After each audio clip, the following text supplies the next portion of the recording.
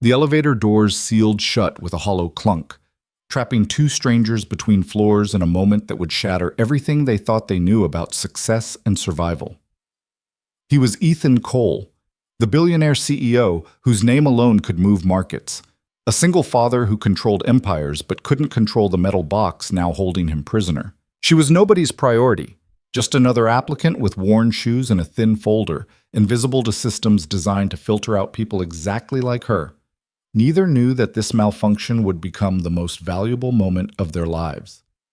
If you stay until the end, drop a comment with your city. I want to see how far this story travels. Hit that like button and let's begin. The morning started like every other morning in Ethan Cole's meticulously constructed life, with precision, control, and the absolute certainty that every second had been accounted for.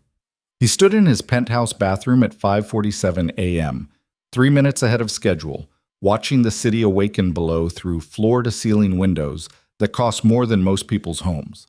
The skyline glittered with ambition, each building a testament to someone's dream, someone's empire. His own tower stood tallest among them, a steel and glass monument to 20 years of calculated risks and ruthless efficiency. Ethan adjusted his tie, charcoal gray, silk, knotted with the kind of perfection that came from muscle memory rather than thought. His reflection stared back at him, sharp jaw, eyes that had learned to reveal nothing, hair touched with distinguished silver at the temples despite being only 42. He looked like success was supposed to look. Felt like it too, most days. The reflection didn't show the exhaustion. "Daddy?" A small voice broke through his thoughts. He turned to find his daughter, Sophie, standing in the doorway clutching her stuffed rabbit. She was 7 years old, dark hair tangled from sleep, wearing the princess pajamas she'd insisted on despite his suggestion that she was getting too old for them. In her eyes, he saw the question she asked every morning without words. "Are you leaving again?" "Morning, sweetheart." He crouched down to her level, something the business magazines would never photograph. The billionaire CEO on his knees before the one person whose opinion actually mattered. "Did you sleep okay?" Sophie nodded, but her grip on the rabbit tightened. "Mrs. Patterson says you have another late meeting tonight." Mrs. Patterson, the nanny, the third one this year, because the first two couldn't handle Sophie's nightmares, the ones that started after her mother walked out 18 months ago without looking back. Walked out on both of them, actually, though Ethan had stopped being surprised by betrayal years before that. "I'll try to be home for dinner," he said, knowing even as the words left his mouth that they were probably a lie.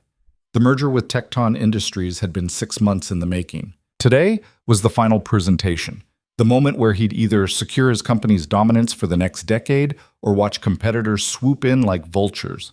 Missing it wasn't an option. Sophie's face did that thing children's faces do when they're learning not to hope too hard. It broke something in him every time.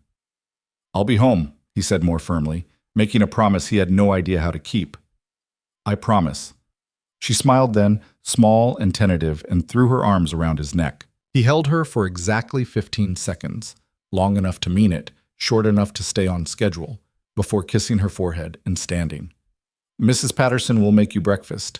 Be good at school." "I'm always good," Sophie said, with the kind of earnestness that made him wonder what he'd done to deserve her.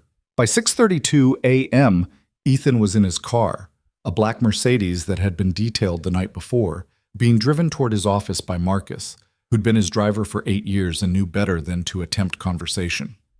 The city slid past the tinted windows, coffee shops opening, street vendors setting up, early joggers pounding pavement with the determination of people trying to outrun their own limitations. Ethan's phone buzzed constantly. His assistant, Miranda, had already sent the morning briefing. 17 emails requiring immediate attention, 4 calls he needed to return before 9 a.m., a reminder that the Tecton presentation was at 2 p.m. and could not, under any circumstances, be rescheduled or delayed. He scrolled through the emails with practiced efficiency, firing off responses that were brief to the point of terseness. His leadership style had been described in business journals as demanding, exacting, and once, memorably, frighteningly precise. He preferred to think of it as simply refusing to accept mediocrity. The car pulled up to Cole Industries headquarters at 7:04 a.m. The building rose 47 stories above the financial district, its facade a study in modern architecture, all clean lines and reflective glass that threw the city's image back at itself. The lobby alone had cost $12 million to renovate, every detail curated to send a message. We are untouchable. We are inevitable. Ethan strode through the entrance, nodding curtly to the security guard whose name he'd never learned. The morning shift was just arriving, junior executives, administrative staff, the machinery that kept the empire running. They parted for him automatically, some mumbling greetings he didn't acknowledge, others simply averting their eyes as if his presence was too bright to look at directly. He'd cultivated that distance deliberately. Familiarity bred complacency. Respect came from maintaining clear boundaries between leadership and everyone else. The elevator bank stood ahead, 6 elevators servicing the tower's 47 floors. The middle one, his elevator, though no formal designation existed, stood waiting, doors open like a mouth ready to swallow him into another day of controlled chaos. Ethan stepped inside and pressed 43, the executive floor. His floor. The doors began to slide shut. "Wait! Hold it, please!" The voice came from outside, breathless and desperate. Ethan's hand moved toward the door close button out of pure instinct. He didn't have time for delays. But some deeper reflex, perhaps the same one that made him crouch for his daughter's hugs, made him press door open instead. A young woman stumbled into the elevator, nearly dropping the thin folder she clutched against her chest. "Thank you," she gasped, pressing herself against the opposite wall as if trying to take up as little space as possible. "Thank you so much. I'm so sorry. I thought I'd miss it." "What floor?" Ethan's voice came out clipped, professional, already dismissing her. 7, please." She was still catching her breath, one hand pressed to her chest. "The HR department. I have an interview at 7:30, and the subway was delayed, and I just—" She stopped herself, seeming to realize she was explaining her life to a stranger who hadn't asked. 7? Just 7. Please." He pressed the button without comment and stepped back to his corner of the elevator, pulling out his phone to make it clear he had no interest in conversation. The elevator began its ascent with a soft mechanical hum. Ethan glanced at the woman from the corner of his eye, the kind of quick assessment he'd trained himself to make in boardrooms and negotiations. Early 20s, maybe 25 at most. Clothes that had been chosen with care but showed their age. The skirt had been hemmed inexpertly, the blouse pressed but slightly faded from too many washings. Shoes that were professional but scuffed at the toes. The folder she held was one of those cheap manila ones from a drugstore, edges already softening. Everything about her screamed trying too hard with too little. Her hair had been pulled back into what was probably meant to be a neat bun, but strands had escaped during her sprint to catch the elevator, framing a face that was younger than her eyes suggested. Those eyes, dark, wide, carrying the kind of exhaustion that came from chronic stress rather than just one late night, stared at the floor numbers as they climbed. 3rd floor, 4th floor. She shifted her weight, and Ethan noticed her hands trembling slightly where they gripped the folder. Nerves, obviously. The interview.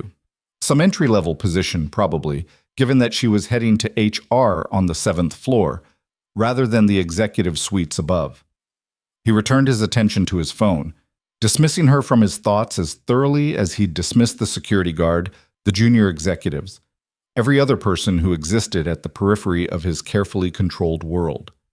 The elevator passed the 5th floor, then it shuddered. The movement was subtle at first, just a slight hiccup in the smooth ascent, the kind of thing that might have been imagination. But then it happened again, more pronounced this time, accompanied by a grinding sound that vibrated through the metal walls. Ethan looked up from his phone.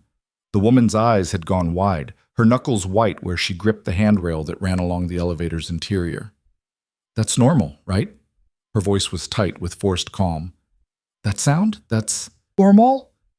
Before Ethan could answer, not that he had an answer, the elevator jolted hard enough to knock them both off balance. The lights flickered once, twice, then settled into an eerie dimness as the emergency lighting kicked in. And then everything stopped. The hum of motion ceased. The floor numbers froze between 5 and 6, the display flickering uncertainly.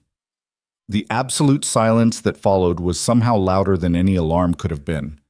They were stuck. Ethan stared at the control panel as if his gaze alone could force the machinery back into submission.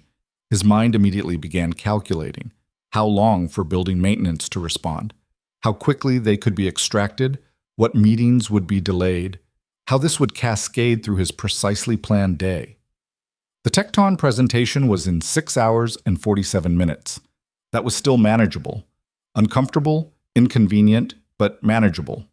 He pressed the alarm button. A shrill bell echoed through the elevator shaft, then cut off, leaving them in silence again. He pressed it again. Same result. "Is it working?" the woman asked. Her voice had gone quiet, controlled in a way that suggested she was forcing it to be. "No." Ethan pulled out his phone. No signal. Of course. Elevator shafts were notorious dead zones. He looked at her. "Do you have a phone?" She nodded quickly, pulling a battered smartphone from her purse. One of those models from 3 generations ago, screen protector cracked at the corner. Her hand shook as she checked it. Nothing. No bars. Ethan moved to the emergency call box, lifting the receiver. Static crackled through the line, then nothing. Dead. He replaced it with more force than necessary, the plastic clattering against the metal housing. "Okay," he said, more to himself than to her. "Okay. Building maintenance monitors all elevators. The system will have registered the malfunction. Someone will respond soon." How soon? The woman had slid down to sit on the floor, her folder still clutched to her chest, knees pulled up. She looked very small suddenly, very young. "I don't know." Ethan checked his watch. 7:11 a.m. Could be minutes, could be longer. "I have an interview at 7:30. Her voice cracked slightly on the last word. "I took 2 buses and the subway to get here. If I miss this—" She stopped, pressing her lips together as if physically holding back the words. "Never mind, it's fine. It'll be fine." It was clearly not fine, but Ethan had spent 20 years learning not to absorb other people's problems, so he simply nodded and returned to examining the control panel, looking for something, anything, that might give them control over the situation. There was nothing. Minutes crawled past. The emergency lighting cast strange shadows across the elevator's interior, turning the small space into something that felt progressively smaller. The air, which had seemed perfectly adequate when they were moving, now felt close, warm, stale. Ethan loosened his tie, just slightly.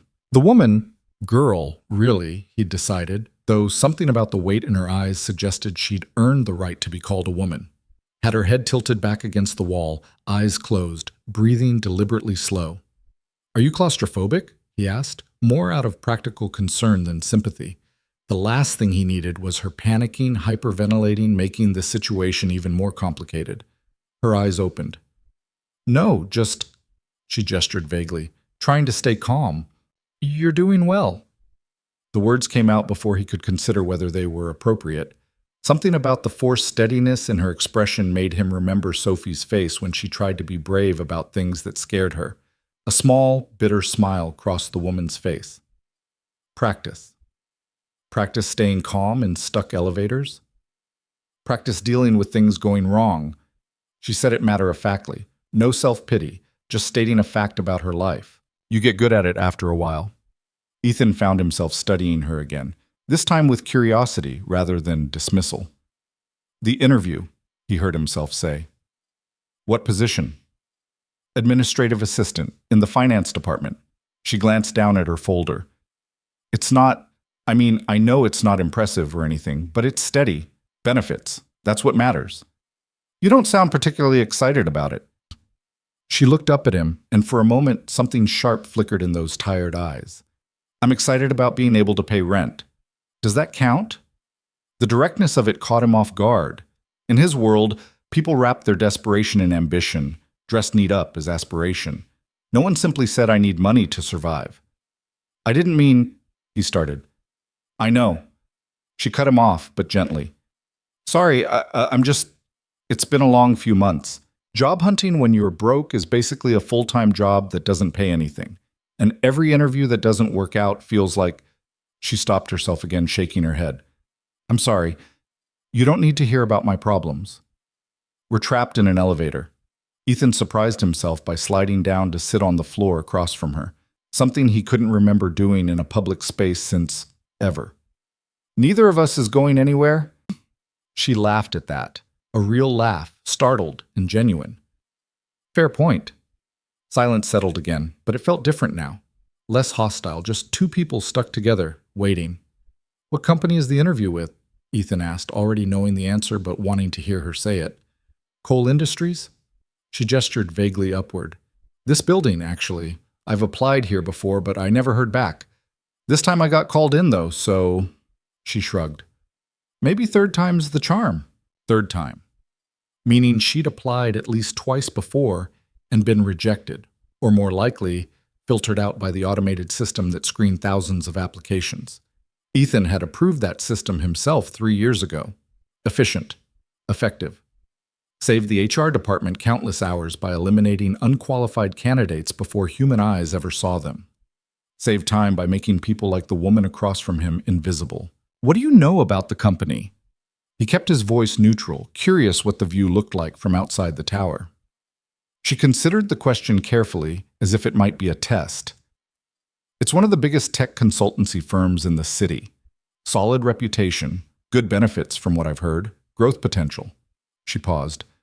Honestly, it feels kind of, I don't know, impersonal. Like, I've read everything I can find about coal industries, and it's all very impressive, but there's no... She struggled for the word. There's no face to it, no sense of who's actually making the decisions. It's just this big, efficient machine. Ethan felt something cold settle in his chest. And that bothers you? Not bothers exactly. She pulled her knees closer. It's just hard to get excited about being a small cog in a machine that doesn't really care if you're there or not. But like I said, rent, bills, reality. Another of those small, sad smiles. Beggars can't be choosers. The phrase hung in the air between them. Beggars can't be choosers. She'd just described his company, his life's work, as something people settled for out of desperation rather than desire. And the worst part was, she was right. When had that happened? When had Coal Industries transformed from his vision, a company that solved real problems that made a difference, into just another corporate entity people endured for a paycheck? You don't agree with that, the woman said, watching his face. The beggars and choosers thing. I can see it in your expression. I just think you're selling yourself short. The words came out rougher than he intended. If you're talented, if you're capable, you shouldn't have to beg for anything. You should have options. Should. She repeated the word like it was foreign. That's a nice word. Should. In a perfect world, sure. But in this world? She gestured around the stopped elevator. Sometimes you take what you can get and hope it's enough. Her phone buzzed suddenly, startling them both. She grabbed it, hope flashing across her face, then dying just as quickly. Text came through before we lost signal completely. My roommate, asking if I'm okay. She typed out a quick response, hit send, then stared at the failed to send message. Great. People will be worried about you? Ethan asked. My roommate, probably. My little brother. Something softened in her expression at the mention of her brother.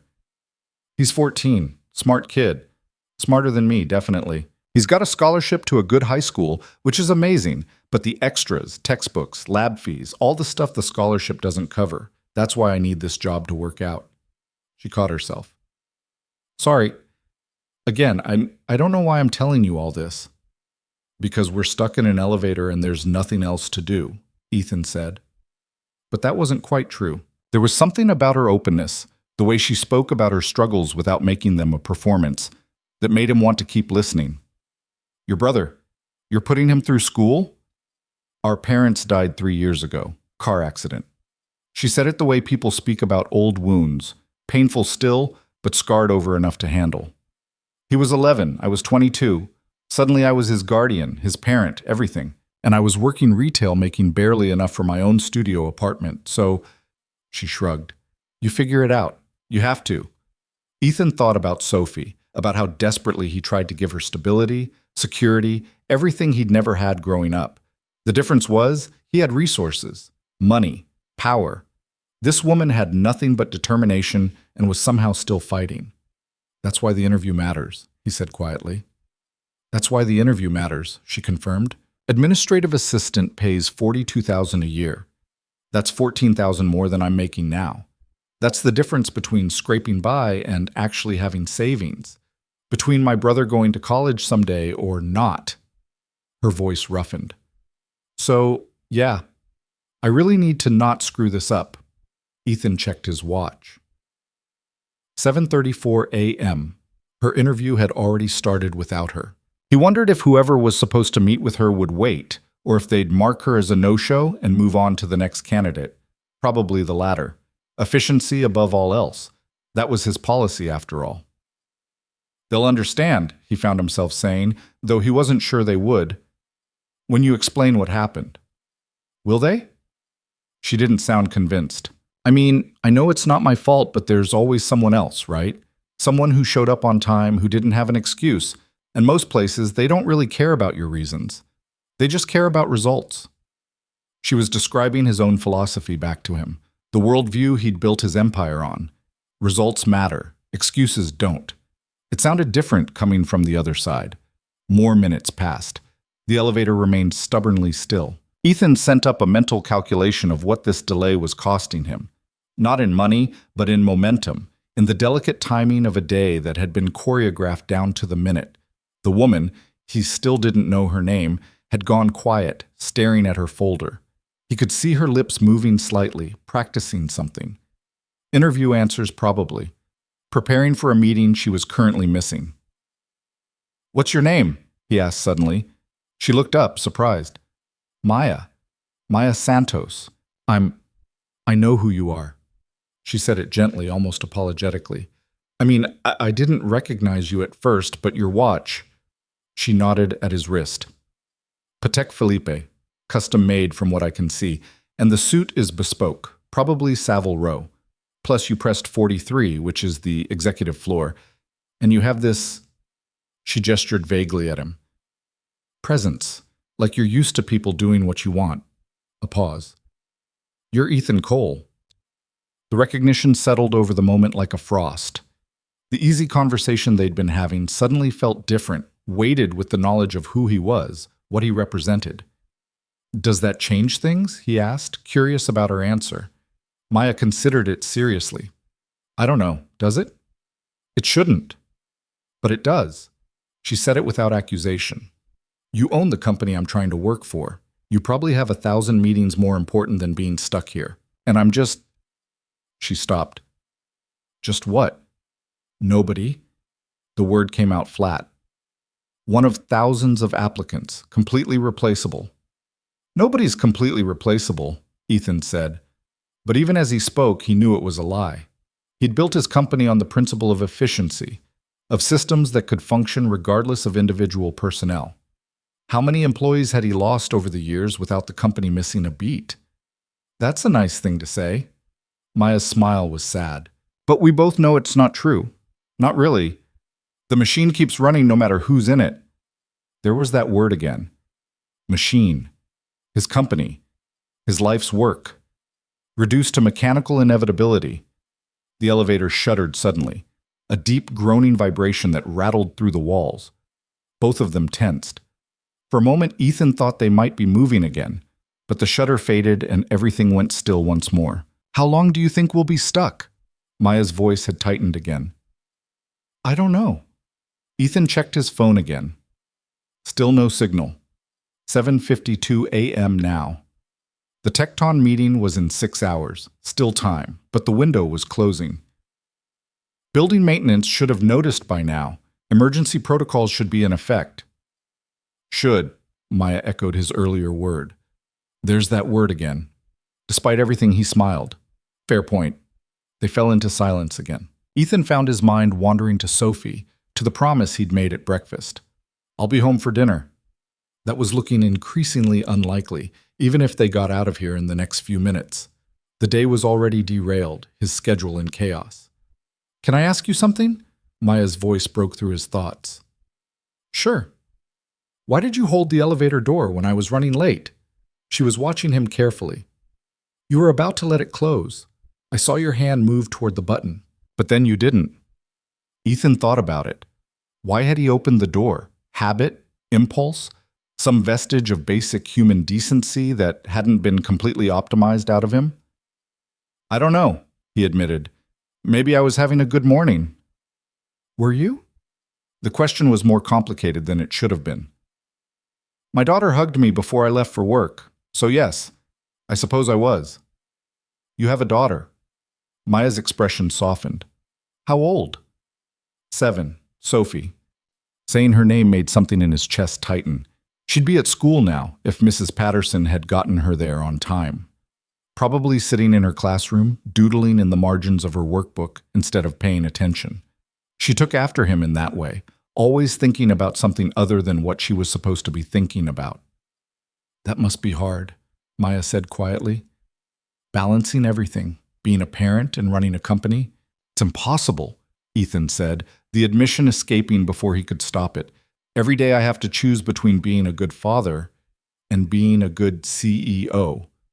And I never feel like I'm succeeding at either one. But you try. It wasn't a question. That counts for something. Does it? He heard his own bitterness. When you're constantly disappointing the one person who should be able to count on you? You made her a promise this morning, Maya said. About dinner. That's why you keep checking your watch.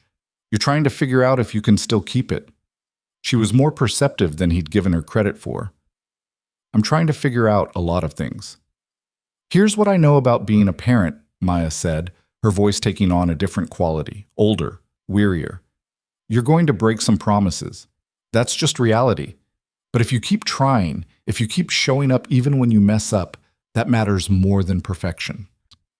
You sound like you have experience with this. With my brother, yeah. I'm not his parent, but close enough. She smiled slightly. He doesn't care that our apartment is small or that sometimes we eat ramen for dinner 3 nights in a row. He cares that I show up to his school events, that I help with his homework even when I'm exhausted, that I remember what he tells me about his friends, his teachers, his life. She paused. Your daughter probably doesn't care about the size of your house or the importance of your meetings. She cares if you remember the stuffed rabbit. What? This morning, before you left.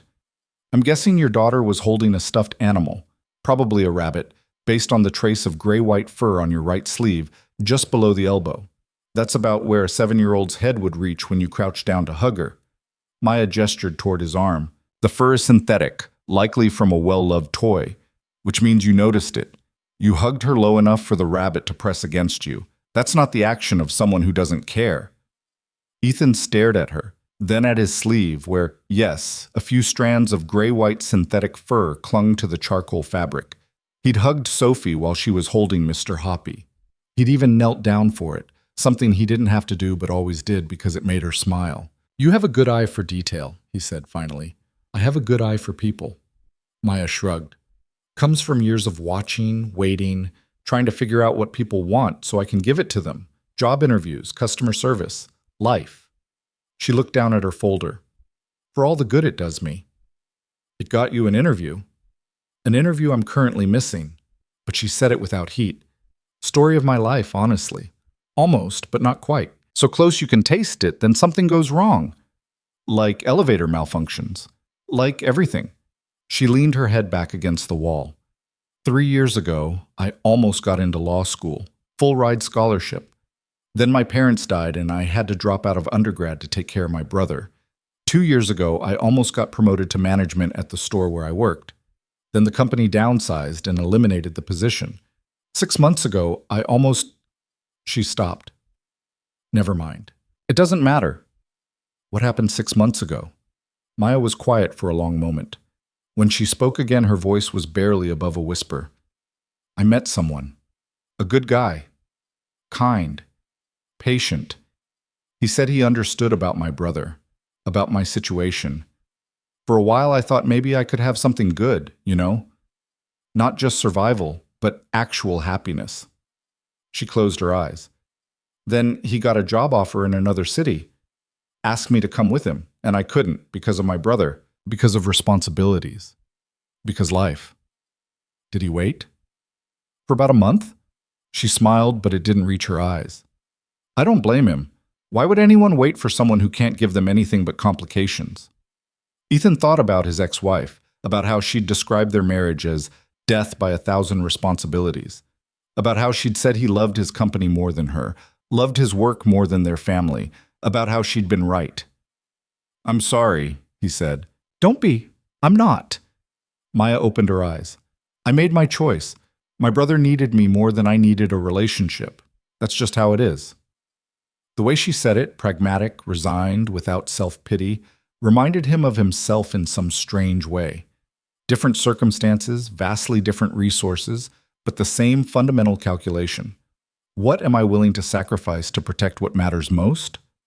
For her, it was everything. Every dream, every chance at happiness, every possibility of a different life.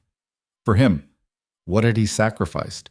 His marriage, time with his daughter, the vision he'd once had of building something meaningful rather than just profitable. They'd both given up so much. The difference was, he'd gotten power in return. She'd gotten nothing but more struggle. The company, he heard himself say. Coal Industries. When you said it feels impersonal, that it's just a machine, you're right. Maya looked at him in surprise. It wasn't always like that, he continued. When I started the company, it was about solving problems, real problems. I wanted to build something that mattered, that made a difference. But somewhere along the way, he gestured vaguely, growth became the goal instead of the means. Efficiency replaced purpose. And now it's exactly what you said, a machine. One that works perfectly, but doesn't actually stand for anything. You could change that, Maya said. Couldn't you? Could I? Ethan shook his head. The machine has momentum. Shareholders, boards of directors, quarterly reports. Thousands of employees depending on stability. You don't just change course on something that big. Why not? The question was simple, direct. If you built it, you can rebuild it. Can't you? Before he could answer, the elevator lurched violently. The emergency lights flickered, plunging them into complete darkness for a heart-stopping second before stuttering back to life. Maya made a small, frightened sound. It's okay, Ethan said, surprising himself by moving across the elevator to sit beside her. Not touching, but close enough that she wouldn't feel alone. The emergency systems are designed to handle this. Are they working? Her voice shook slightly. They're keeping the lights on. That's something. They sat in silence, both acutely aware of how fragile their situation was. Suspended between floors in a metal box, dependent on systems that had already failed once. I should tell you something, Maya said quietly. About those applications to Coal Industries. The ones I sent before. You don't have to. I want to. She turned to look at him in the dim light.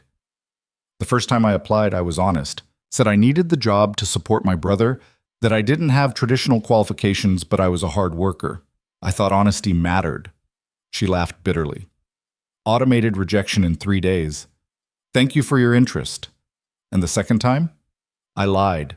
Made up internships I never had, stretched my retail experience into customer success management, acted like I'd been groomed for corporate life instead of just trying to survive it. She paused. That one took 5 days to reject. Ethan felt something twist in his gut. He'd approved those automated systems, celebrated their efficiency. This time, Maya continued, I didn't apply. A friend who works in your mailroom saw the posting, knew I needed work, and handed my resume directly to someone in HR. Bypassed the system entirely. That's the only reason I got an interview. The system failed you, Ethan said. The system worked exactly as designed, Maya corrected. It filtered out people like me. People without the right credentials, the right background, the right... whatever it is that makes someone look good on paper. She met his eyes. And now I'm sitting here with the person who designed that system, trapped in an elevator, missing the one chance I had to prove I'm more than what shows up on a resume. The irony wasn't lost on him. Neither was the truth of what she was saying. How many Maya Santoses had his systems filtered out? How many capable, determined, resilient people had never made it past the algorithms because they didn't fit the profile of what success was supposed to look like? I'm sorry, he said. The words felt inadequate. Don't apologize. Maya's voice was firm. You built something efficient. That's what companies need. She sighed. I'm just one of the casualties of efficiency. They sat in the growing silence, both lost in their own thoughts. Ethan's mind was racing, recalculating everything he thought he knew about his company, his leadership, his legacy. 8:23 a.m. The Tecton meeting was in 5 hours and 37 minutes. Somehow, that felt less important than it had an hour ago. The elevator groaned again, a deep mechanical sound that vibrated through their bones. Then, without warning, it shuddered and began to move. Both of them scrambled to their feet. The numbers on the display flickered to life. 5, 6, 7. The elevator slowed, stopped smoothly, and the doors slid open onto the 7th floor. Maya grabbed her folder, moving toward the exit, then paused and turned back. Thank you for the conversation, She searched for words. For seeing me, even if it doesn't matter. It matters, Ethan said, and meant it. She smiled, sad, resigned, already preparing herself for disappointment, and stepped out of the elevator. The doors began to close. Ethan stared at them, his hand hovering over the control panel. Every rational thought told him to let her go, to head to his office, to salvage what he could of the day. But something Maya had said kept echoing in his mind. If you built it, you can rebuild it. And suddenly, he understood. The most important meeting of his day wasn't happening at 2 p.m. with Tecton Industries. It was happening right now, on the 7th floor, with a woman who'd been invisible to his systems but was more real than any spreadsheet or quarterly report. Ethan pressed the door open button.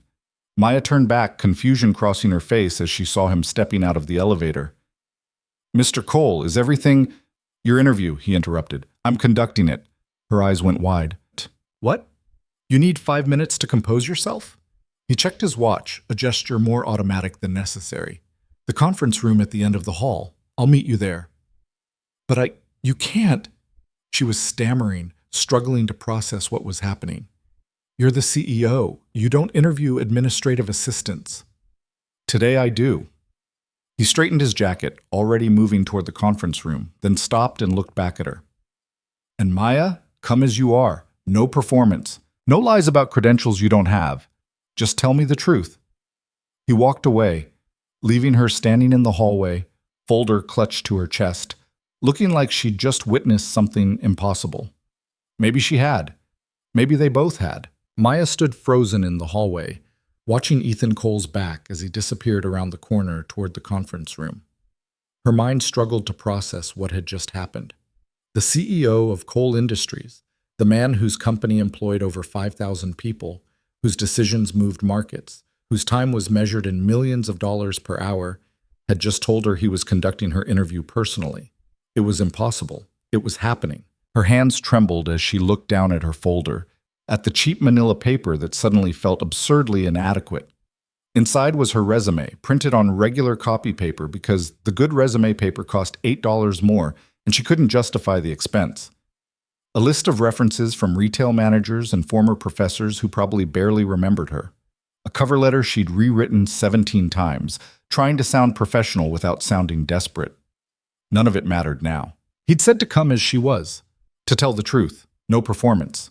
The problem was Maya had spent so long performing, crafting the version of herself that might be employable, might be acceptable, might be enough, that she wasn't entirely sure what the truth looked like anymore.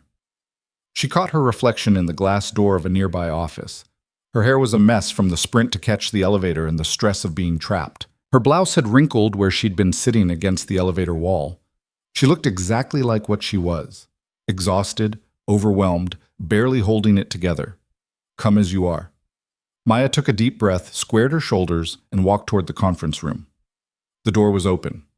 Ethan sat at the head of a long table, his posture somehow both relaxed and commanding. The room itself was everything she'd expected from a Fortune 500 company. Floor-to-ceiling windows overlooking the city, leather chairs that probably cost more than her monthly rent, a presentation screen that covered most of one wall. The morning light streamed through the windows, making everything look sharp and expensive. She felt like a smudge on a clean page. Come in, Ethan said, gesturing to the chair beside him rather than across the table. Close the door. Maya did as instructed, her footsteps too loud on the polished floor. She sat, placing her folder on the table with hands that still hadn't stopped shaking. For a moment, neither of them spoke. Ethan was watching her with an intensity that made her want to look away, but she forced herself to meet his gaze. In the elevator, in the dimness and the shared vulnerability of being trapped, he'd seemed almost human. Here, In his element, surrounded by the trappings of his power, he was something else entirely. "You're nervous," he observed. "Of course I'm nervous." The words came out sharper than she intended. "You're Ethan Cole. And an hour ago, I was just the guy stuck in an elevator with you." He leaned back in his chair. "What changed?" "Context." Maya gestured around the room. "This, all of this. In the elevator, we were just two people. Here, you're She struggled for the right word. "You're everything I'm not." "Which is?" "Successful, powerful, someone who matters." She said it without self-pity, just stating facts. "I'm someone who's grateful for the chance to answer phones and file paperwork." Ethan's expression shifted, something that might have been pain crossing his features. "Is that really what you think this job is?" "Isn't it?" Maya pulled out her resume, sliding it across the table. "Administrative assistant, $42,000 a year. Support the finance department with clerical duties. It's right there in the job posting." He glanced at the resume but didn't pick it up. "Tell me something that's not on that paper." "What do you want to know?" "Anything. Everything." Ethan stood, moving to the windows, his back to her. "You spent an hour telling me your life story in an elevator. Now you're giving me the corporate version. Sanitized, safe, forgettable. I'm asking for the real one." Maya felt something crack inside her, the careful wall she'd built between survival and honesty. "You want the real version? Fine. I'm 25 years old and I feel 50. I wake up every morning at 5:30 because that's when my brother needs breakfast before school, and I work until midnight most nights because one job isn't enough to cover rent and food and his school fees. I haven't bought new clothes in 2 years. I eat ramen 3 nights a week so he can have real food. I'm constantly one emergency away from losing everything." She stood up, pacing to the opposite side of the room because sitting still felt impossible. "I applied to Coal Industries 3 times because I'm desperate, not because I have some burning passion for corporate finance. I need health insurance because I haven't seen a doctor in 18 months and I'm pretty sure that pain in my side is something I should get checked. I need stability because my brother deserves better than watching me fall apart trying to hold our lives together." The words kept coming, unstoppable now. "And the truth is, I'm terrified. Terrified that this interview is some kind of cosmic joke. Terrified that you're going to realize I'm not special or talented or anything except stubborn. Terrified that even if you give me this job, I'll mess it up somehow, because that's what always happens. I get close, so close, and then something goes wrong and I'm back to square one." She stopped, breathing hard, realizing she'd just said everything she wasn't supposed to say in a job interview. Every rule of professional conduct she'd learned had just evaporated in a flood of honest desperation. "I'm sorry," she said quietly. "You asked for the truth. That's it. I'm a mess. But I'm a hard-working mess, and I show up, and I don't quit even when everything falls apart. That's all I've got." The silence that followed felt eternal. Maya couldn't bring herself to look at Ethan, couldn't bear to see disappointment or pity or whatever expression he was wearing. She'd blown it. Completely, spectacularly blown it. "My wife left me 18 months ago." Maya's head snapped up. Ethan was still facing the window, his reflection ghostly in the glass. "She said I was married to my work. Said our daughter would grow up not knowing me because I was always here, always in meetings, always choosing the company over everything else." His voice was quiet, controlled, but Maya could hear the edge of pain beneath it. She was right. "I missed Sophie's first words because I was in Tokyo closing a deal. Missed her first day of kindergarten because of a board meeting I couldn't reschedule. Missed 1,000 small moments that you don't get back." He turned to face her. "My daughter has nightmares. Did you know that? She wakes up crying because she dreams her mother is leaving again, or that I'm leaving, or that she's alone. And the worst part is, I don't know how to fix it. I can run a company with 5,000 employees. I can negotiate billion-dollar deals, but I can't figure out how to make my 7-year-old feel safe." Maya felt her throat tighten. This wasn't the billionaire CEO anymore. This was just a father, as lost as she was, as scared. "So when you talk about being terrified," Ethan continued, "about feeling like you're one mistake away from everything falling apart, I understand that. Different circumstances, but the same fear, the same exhaustion." He moved back to the table, sitting down again. "The difference is, you don't have a choice. You have to keep fighting because your brother depends on you. I do have a choice. And most days, I choose the easy thing, work I can control, over the hard thing, which is being present for the one person who needs me most. Maya sat down slowly, her anger and defensiveness draining away. Why are you telling me this? Because an hour ago, you said something that I can't stop thinking about. Ethan picked up her resume, finally looking at it. You said the company feels impersonal, like a machine. And you were right. I built that machine and I'm proud of its efficiency, but somewhere along the way I forgot what it was for. I forgot that businesses are made of people, not just processes. He set the resume down. Your application was rejected twice by an automated system. A computer algorithm decided you weren't qualified without a human ever seeing your resume, without anyone knowing that you're putting yourself through hell to give your brother a better life, without understanding that the person who can maintain that level of commitment and resilience is exactly the kind of person any company should want.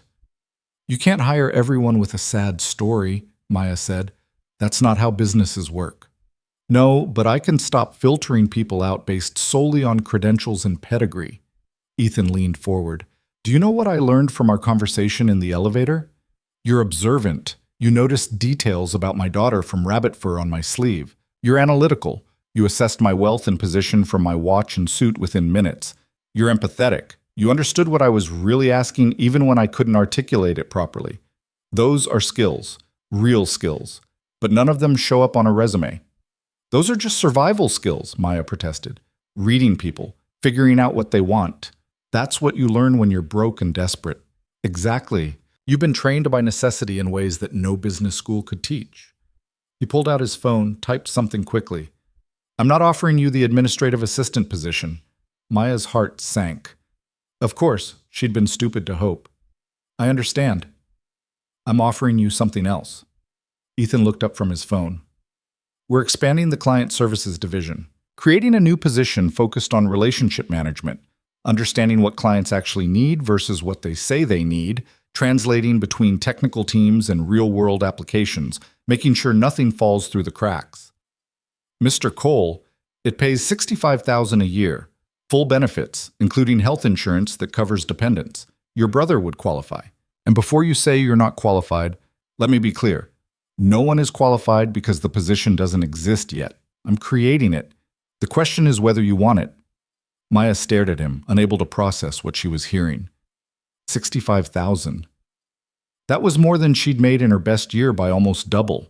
Health insurance for her brother, who still used the same inhaler from 6 months ago, even though it was probably expired. A position that didn't exist, created for her. Why? The question came out as barely a whisper. Why are you doing this? Ethan was quiet for a moment, considering his answer. This morning I promised my daughter I'd be home for dinner. It was a lie when I said it, and we both knew it. I had the Tecton merger presentation this afternoon, the biggest deal of the year, probably the biggest of my career. Nothing was going to make me miss that meeting. He glanced at his watch. It starts in 5 hours. I should be preparing right now, reviewing presentations, strategizing with my team. Instead, I'm here. And I'm realizing that this conversation, this moment, is more important than any merger. That doesn't make sense, Maya said. The merger affects thousands of people, jobs, futures, everything. I'm just one person. You're not just one person. You're a symptom of a larger problem. Ethan stood, walking to the presentation screen. He pulled up a document, financial projections, employee retention rates, customer satisfaction scores. Look at these numbers. Revenue is up. Stock price is climbing. By every metric that matters to shareholders, Coal Industries is thriving. He scrolled to another page. Now look at these. Employee engagement scores have dropped every quarter for 2 years. Customer complaints about impersonal service are increasing. Our best people are leaving for smaller companies that pay less but feel more meaningful. The machine is working, but the people inside it are dying. Maya studied the charts, seeing patterns that probably weren't visible to most. You're succeeding financially but failing humanly. Exactly. Ethan closed the presentation. And I didn't see it until you pointed it out. Or maybe I saw it and didn't want to acknowledge it, because changing course is hard and staying efficient is easy. So hiring me is what? A symbolic gesture? Maya couldn't keep the bitterness out of her voice. Proof that you care about the little people? No. The word came out sharp. Hiring you is the first step in rebuilding this company into something that actually matters, something with a face, as you put it. And I need someone who understands what it's like on the other side of the algorithm, who knows what it feels like to be filtered out and dismissed and treated like you're replaceable. He moved back to the table, sitting down again, and for the first time since they'd entered the conference room, he looked uncertain. I'm offering you a real position with real responsibilities. You'll work directly with client teams, identify gaps in our service delivery, help us understand why people choose us or leave us. It won't be easy. You'll be dealing with executives who've been here for decades and don't want to change. You'll face resistance, skepticism, maybe hostility. Why would I want that job? Maya asked, but she was already imagining it. Having a voice, mattering, making things better for people like her who'd been invisible. Because you're angry. Ethan said it with certainty. You've been filtered out, rejected, dismissed as not good enough. And anger, directed properly, is one of the most powerful motivators there is. You could help make sure the next person in your situation doesn't face the same barriers. You could change the machine from the inside. Maya felt tears prickling at her eyes and forced them back. You don't know me. We talked for an hour in a stuck elevator. That's not enough to trust someone with this kind of responsibility. You're right, it's not. Ethan pulled out a business card, wrote something on the back, and slid it across the table. So here's what I'm proposing. Trial period, 30 days. You work with my executive team, sit in on client meetings, observe how we operate.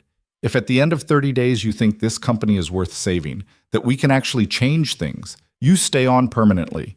If not, I'll write you a recommendation letter that will get you hired anywhere else you want to go. And if I fail, Maya picked up the card, seeing his direct number written on the back in sharp, precise handwriting. If I'm not good enough after all, then we'll both have learned something important. He stood, extending his hand. But I don't think you're going to fail. I think you're going to be exactly what this company needs, even if they don't know it yet. Maya looked at his outstretched hand, at the opportunity he was offering, at the impossible turn her morning had taken. Every rational instinct told her to be suspicious, to question why a billionaire CEO would upend his schedule and create a position for a woman he'd met in an elevator. But beneath the suspicion was something else. Hope. Fragile and terrifying, but real. She took his hand. 30 days. 30 days, he agreed. Then unexpectedly he smiled. Not the corporate smile she'd seen in business magazines, but something genuine. Welcome to Coal Industries, Maya Santos, for real this time. The handshake lasted a moment too long, both of them aware they were committing to something bigger than an employment agreement. This was a mutual leap of faith, him trusting her to help fix what he'd broken, her trusting him to actually let her try. When they finally released hands, Maya felt the weight of reality crashing back. When do I start? Today. Ethan was already moving toward the door. I'll have HR draw up the paperwork. In the meantime, you're shadowing me. Shadowing you? Maya followed him into the hallway, struggling to keep up with his suddenly quick pace. What does that mean? It means you're going to see exactly how this company operates, starting from the top. Board meetings, client calls, department reviews, all of it. You wanted to see the face behind the machine? You're about to see everything. They reached the elevator bank. Different elevators this time, not the one that had trapped them. Maya noticed Ethan hesitate before pressing the call button, a flicker of something crossing his face. Fear? Doubt? It's safe, she said quietly. Lightning doesn't strike twice. Let's hope not. He pressed the button. We're going to 43. The executive floor, where decisions were made, where power concentrated, where someone like Maya Santos had no business being. The elevator arrived.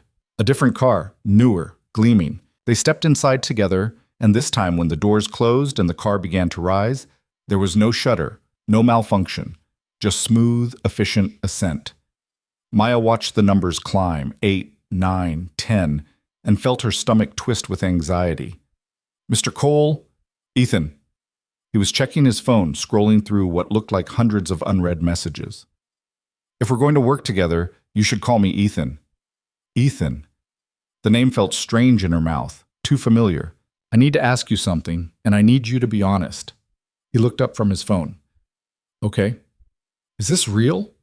Or is this you feeling guilty about your automated system and making a grand gesture that you'll regret by tomorrow morning? She forced herself to hold his gaze. Because I can't afford to quit my current job based on a promise that might evaporate. I have too much riding on this. The elevator passed 20, 30, still climbing. Ethan put his phone away, giving her his full attention. That's a fair question, he said. And the honest answer is, I don't know. I don't know if this is going to work. I don't know if you're going to be good at this job or if I'm capable of actually changing the culture I've spent 20 years building. I don't know if my executive team is going to accept you or fight you every step of the way. Maya felt her hope crumbling. That's not reassuring. But here's what I do know. His voice was firm now, certain. An hour ago, I was heading to my office to prepare for a meeting that I've been planning for 6 months. A meeting that represents everything I thought I wanted: growth, dominance, market share. And right now, I'm taking you to that office instead, and I'm going to cancel that meeting. What? Maya's eyes went wide. No, you can't do that. Not for me. Not for you. For the company. For my daughter. For myself. The elevator slowed as it approached 43. I'm canceling it because if I walk into that conference room and spend the next 4 hours talking about synergies and revenue projections and market positioning, I'm going to lose whatever clarity I gained from our conversation. I'm going to default back to the easy thing, being the CEO who maximizes shareholder value, instead of the hard thing, which is being the leader who builds something that actually matters. The doors opened onto a floor that was everything Maya expected. Expensive art on the walls, thick carpeting that swallowed sound, glass-walled offices with views that stretched to the horizon. A few people were visible, moving with purposeful efficiency, all of them looking like they belonged in a world that Maya had only ever observed from the outside. Come on! Ethan stepped out, and Maya followed, feeling every eye turn toward them as they walked down the hallway. She could hear the whispers starting, see the confused glances. Who was this woman in her wrinkled blouse and scuffed shoes walking beside Ethan Cole like she had every right to be there? Nobody. That's who she'd been just 2 hours ago. Now she was something else. She just wasn't sure what. Ethan's office was at the end of the hall, double doors opening into a space that was somehow both intimidating and beautiful. More windows, a desk that looked hand-carved from a single piece of wood, chairs that were clearly designed for comfort and power in equal measure. On the credenza behind the desk sat a single photograph. Sophie, younger than she was now, laughing at something just out of frame. Sit anywhere, Ethan said, moving to his desk and waking up his computer. I need to make a call. Maya chose a chair near the window, watching the city spread out below. From this height, everything looked ordered, manageable, small. She wondered if that's how Ethan saw the world, from a distance that made problems look solvable. He was on the phone now, his voice crisp and professional. Richard? Ethan Cole. I need you to cancel the Tecton presentation. A pause. Yes, I know what day it is. Cancel it anyway. Another pause. Longer this time. Tell them I'll reschedule within the week. Something urgent came up. He listened for a moment. Then his voice took on an edge. Richard, I'm not asking. Reschedule it. We'll make it work. He ended the call and immediately made another one. Miranda, I need you to clear my calendar for the rest of the day. Everything. Move what you can, cancel what you can't. He glanced at Maya.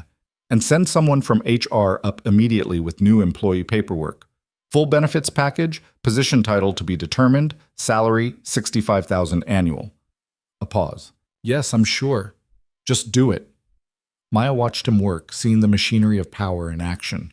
One phone call, and meetings that had been scheduled for months vanished. One instruction, and HR would scramble to create paperwork for a position that didn't exist. This was what it looked like to control the world, or at least this corner of it. Ethan ended the call and sat back, looking suddenly exhausted. Done. You really canceled it, Maya said. The biggest meeting of your career. No, I postponed it. He rubbed his eyes, a gesture that made him look more human than she'd seen since the elevator. There's a difference. The deal will still happen, just on a different timeline. But right now, this matters more. Why? Maya leaned forward. I still don't understand why you're doing this. And don't tell me it's about fixing the company culture because you could hire a consultant for that. You could implement new policies, change the algorithm, do 1,000 different things that don't involve gambling on someone you barely know. Ethan was quiet for a long moment, his gaze distant. When he finally spoke, his voice was softer than she'd heard it. My father was a factory worker, spent 30 years on the same assembly line, came home every night with his hands cramped and his back aching. When I was 16, the company downsized. Let him go 3 years before retirement, before his pension vested. They gave him 2 weeks severance and a handshake from a manager who couldn't look him in the eye. He stood, moving to the window, his reflection transparent against the bright sky. I watched him spend the next 2 years sending out applications, going to interviews, being told he was overqualified or underqualified or just too old. I watched him shrink, bit by bit, until the man who taught me to tie my shoes and ride a bike was just this ghost shuffling around our apartment. Maya felt her chest tighten, understanding dawning. He died of a heart attack 2 months before I graduated high school. The doctor said it was genetic, just bad luck. But I knew better. The company killed him. Not directly, but they took away his purpose, his dignity, his sense of worth. And he couldn't survive without those things. Ethan turned to face her.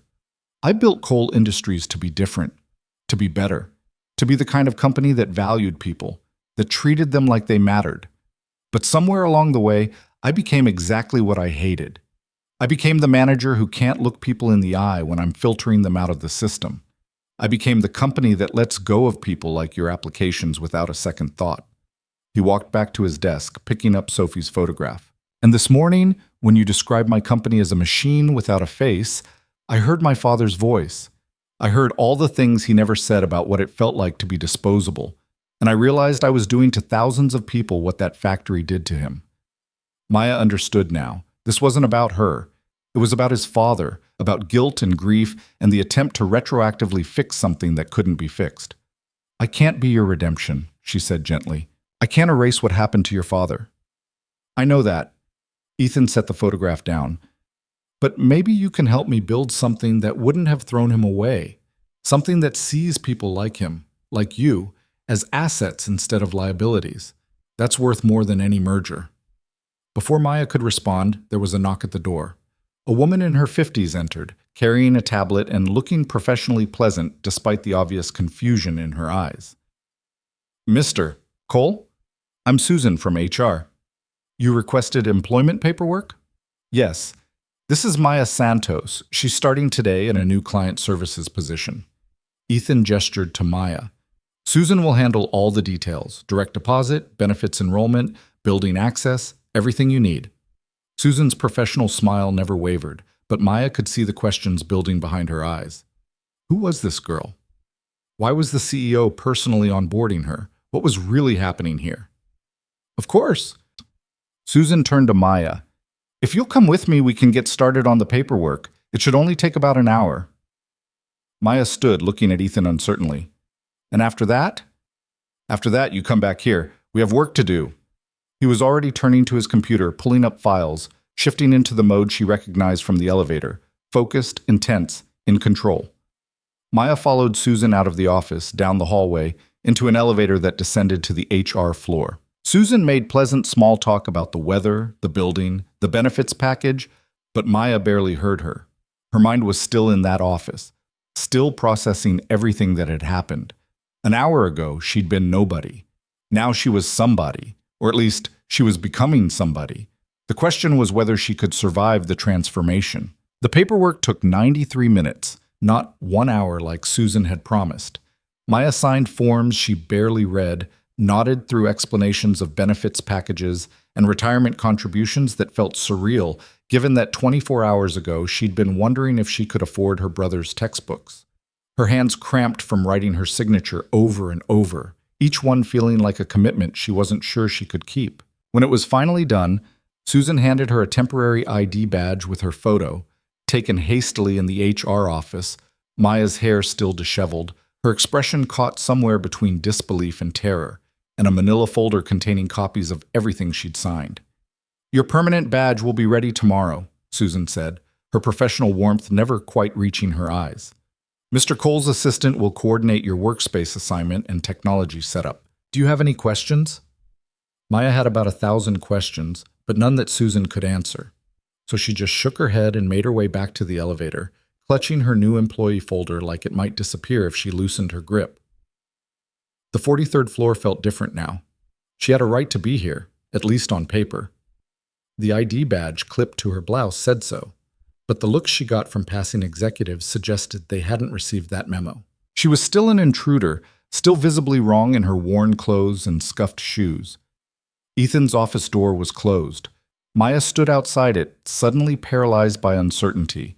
Was she supposed to knock? Just walk in? Wait for him to call her? The rules of this new world were foreign, and she had no map to navigate them. She knocked. Soft, tentative. "Come in." Ethan was on the phone when she entered, his voice clipped and impatient. "I don't care what the board prefers, Richard. We're implementing the changes starting Monday. If they have concerns, they can schedule time with me next week." He paused, listening. "No, this isn't negotiable. Send out the memo." He ended the call without a goodbye and looked up at Maya. Something in his expression had hardened since she'd left. The momentary vulnerability from earlier replaced by the steel she'd expect from a man who ran an empire. "All set?" he asked. Maya held up her badge. "Official as of 10:30 this morning." "Good." He stood, grabbing his jacket from the back of his chair. "We have a meeting in 5 minutes. Client presentation. You'll observe." "Wait, what?" Maya followed him toward the door. "I thought I was just shadowing, learning how things work. I'm not ready to sit in on actual meetings." "You'll never be ready if you wait until you feel ready." Ethan was already in the hallway, moving with the kind of purposeful stride that made people scatter. "The client is a healthcare technology company. They've been with us for 3 years, but their contract is up for renewal and they're considering switching to a competitor. Your job is to watch how we handle it." "My job is to watch?" Maya struggled to keep pace. "That's it?"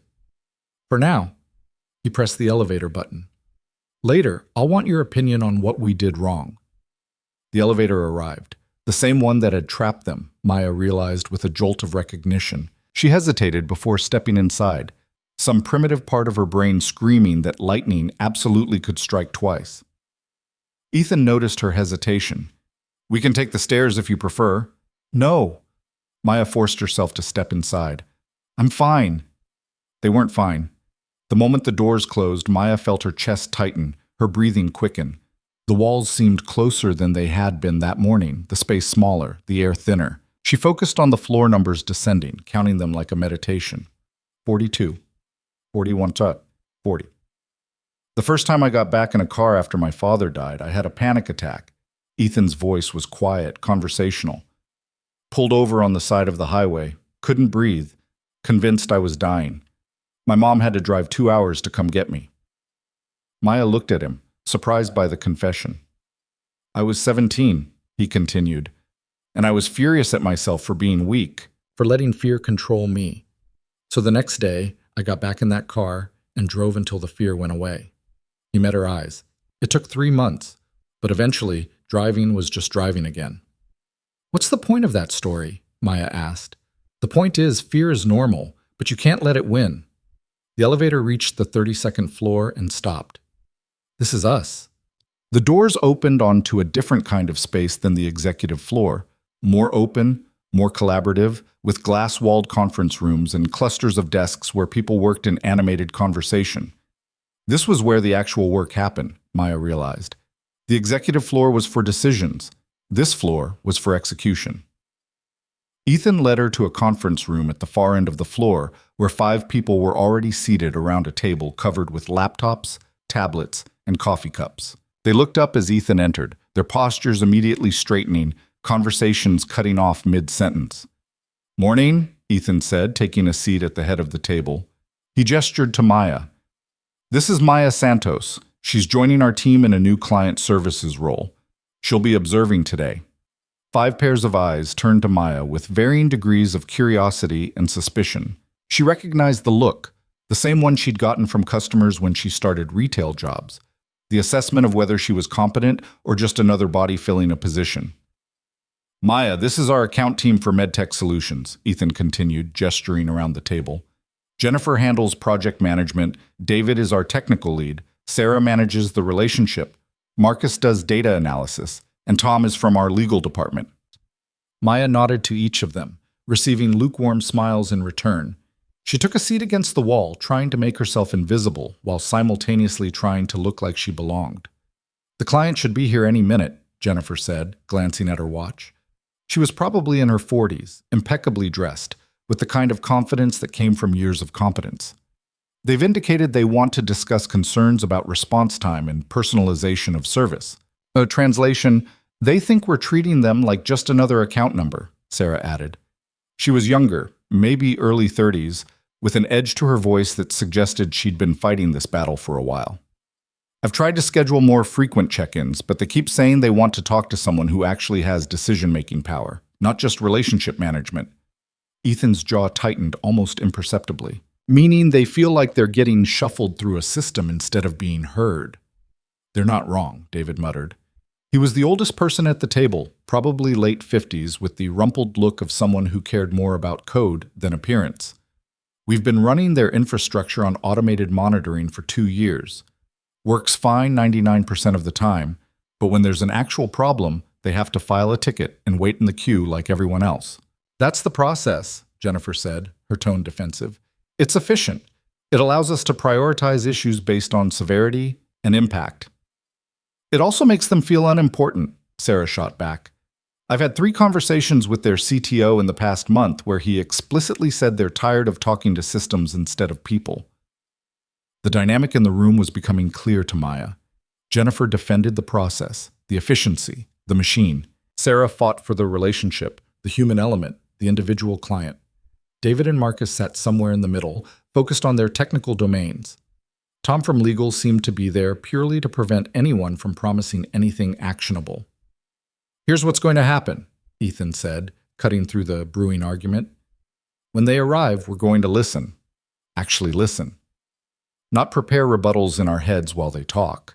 Not explain why our process makes sense. Just listen to what they're saying and why they're saying it. Jennifer looked like she wanted to object, but thought better of it. There was a knock on the conference room door. A woman in her early 50s entered, followed by 2 younger men carrying laptops. The woman had gray hair cut sharp at her shoulders and the bearing of someone who'd spent decades fighting to be taken seriously in tech. Dr. Chen, Ethan stood, extending his hand. Thank you for coming in. Mr. Cole. Doctor. Chen's handshake was firm, professional, completely neutral. I appreciate you making time for this conversation. This is my CTO, James Park, and our head of operations, Marcus Lee. Introductions went around the table. When they reached Maya, Dr. Chen's eyes lingered for a moment, clearly wondering what role this young woman in the rumpled blouse played in a high-level contract negotiation. Maya is observing today as part of a new client services initiative we're implementing, Ethan explained smoothly.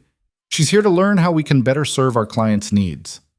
Dr. Chen nodded, seeming to accept this, though her expression suggested she'd reserve judgment about whether this initiative was real or corporate theater. Everyone sat.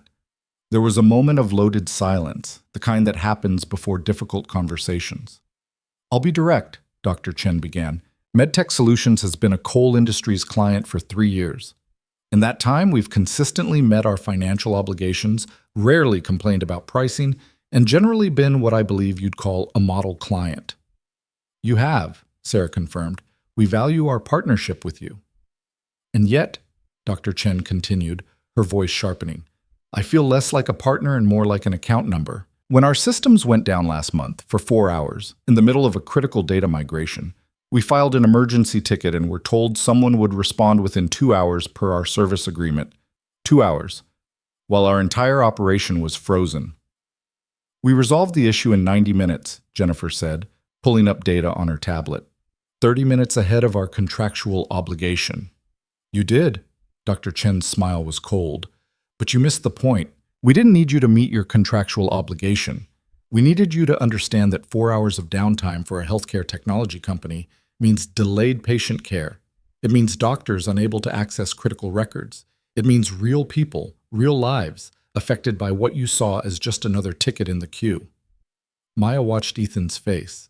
He was utterly still, but something in his eyes suggested Dr. Chen's words were landing exactly where they needed to. When I called your emergency line, Dr. Chen continued, I spoke to 3 different people, each one asking me to re-explain the problem, each one telling me they'd escalate it to the appropriate team. No one said they understood the urgency. No one treated it like it mattered beyond checking a box on a service agreement. Dr. Chen, I want to apologize, Jennifer began. I don't want an apology. Dr. Chen cut her off. I want to know if this partnership is actually a partnership or if we're just revenue on a spreadsheet. Because if it's the latter, we can get that anywhere. Your competitor has been very persuasive about offering a more personalized approach. The silence that followed was suffocating. Maya could see Jennifer's jaw working, Sarah looking down at her hands, David studying the table like it held answers. Tom from legal had his pen poised over his notepad, ready to document whatever commitments were about to be made. Ethan leaned forward. You're right. Jennifer's head snapped up. Dr. Chen's eyebrows rose slightly. Everything you said is correct, Ethan continued. We've treated you like an account number because that's what our systems are designed to do. Categorize, prioritize, process. Efficient? Yes, but at the cost of understanding what actually matters to you. Mr. Cole, Jennifer tried to interject, probably to soften the admission, to spin it somehow.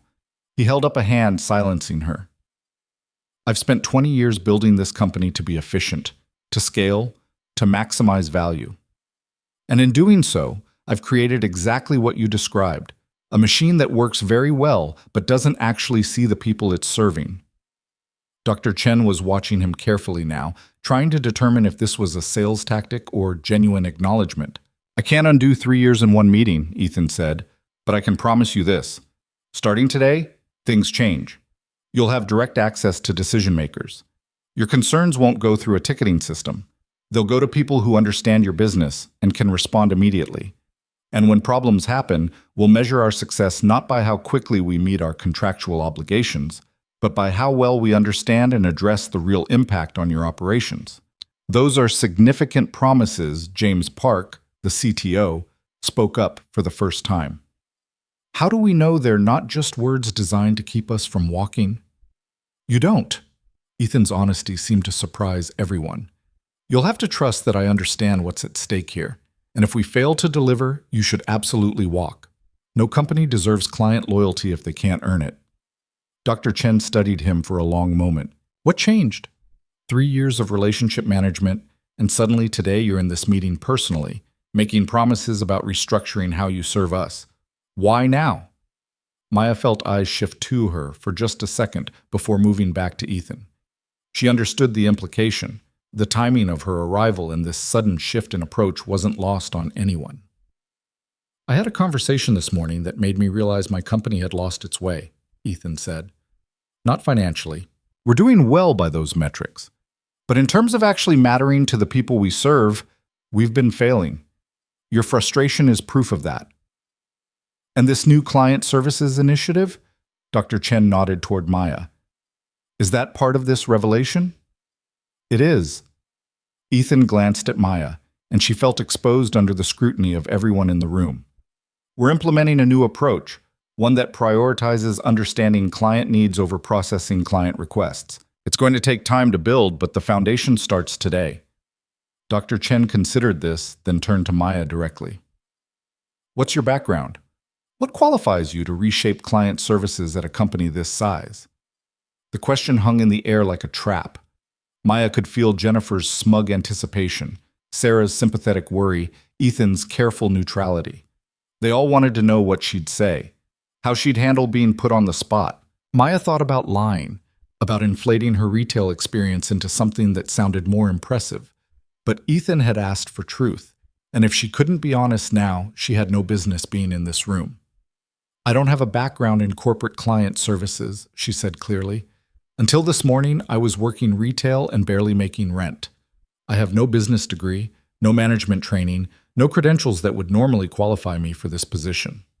She saw Dr. Chen's expression harden, saw Jennifer's barely suppressed satisfaction.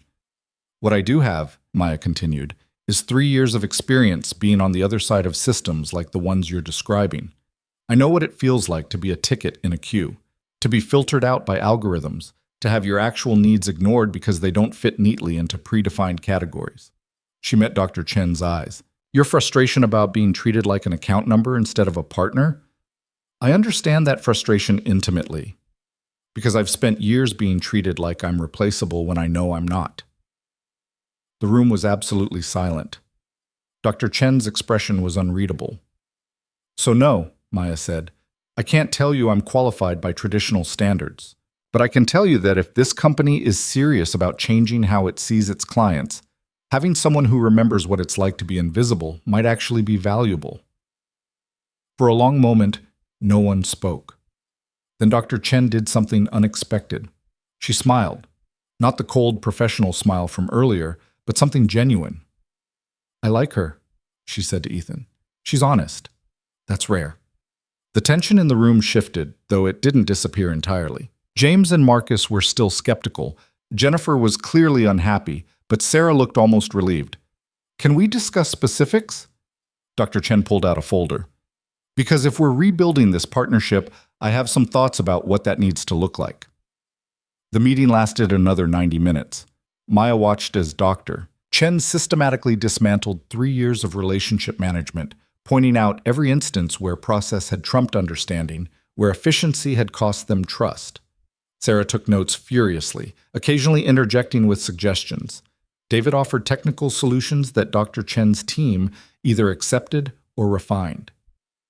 Jennifer grew increasingly quiet as her carefully constructed systems were revealed to be inadequate.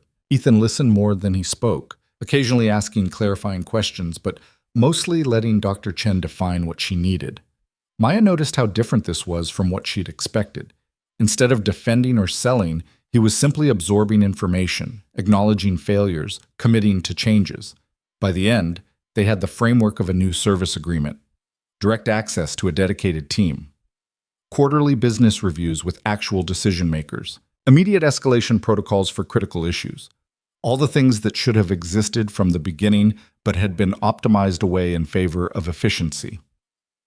We'll draft formal amendments to the contract and send them by end of week, Tom from legal said, finally earning his presence in the room. Is there anything else you need from us today? Dr. Chen stood, gathering her materials. Just this.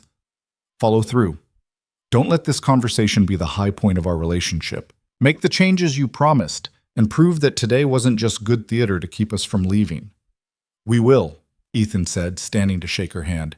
You have my word. After the MedTech team left, the conference room felt smaller, the air thicker with unspoken tension.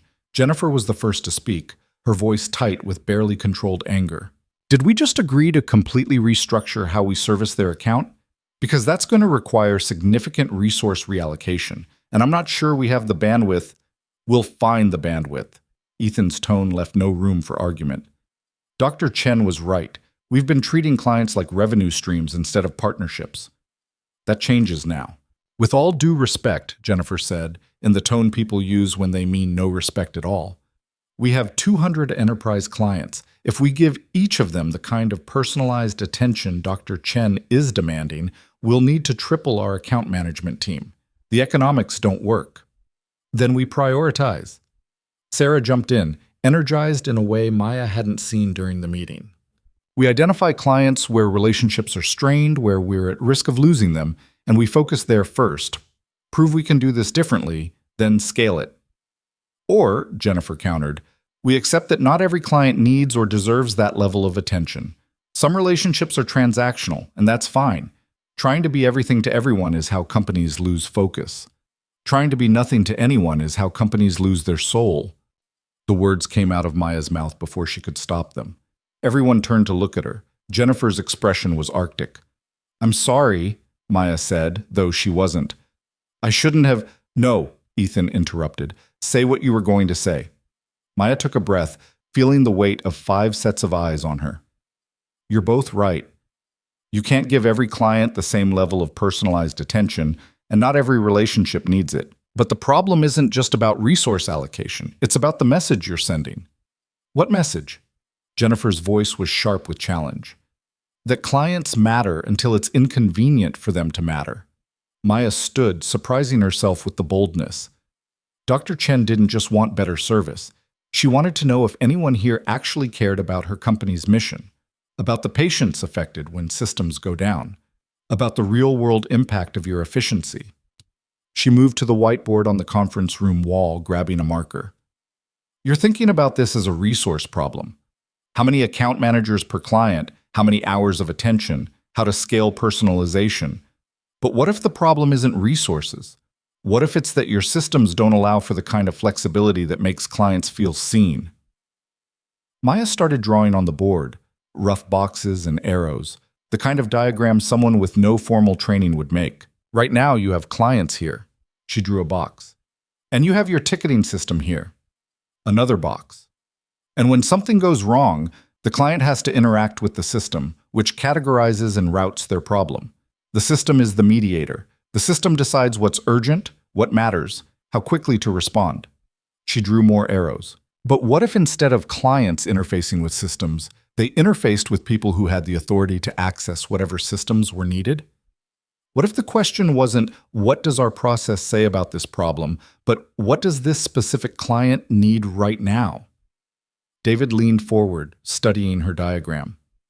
You're describing relationship-based service delivery instead of process-based.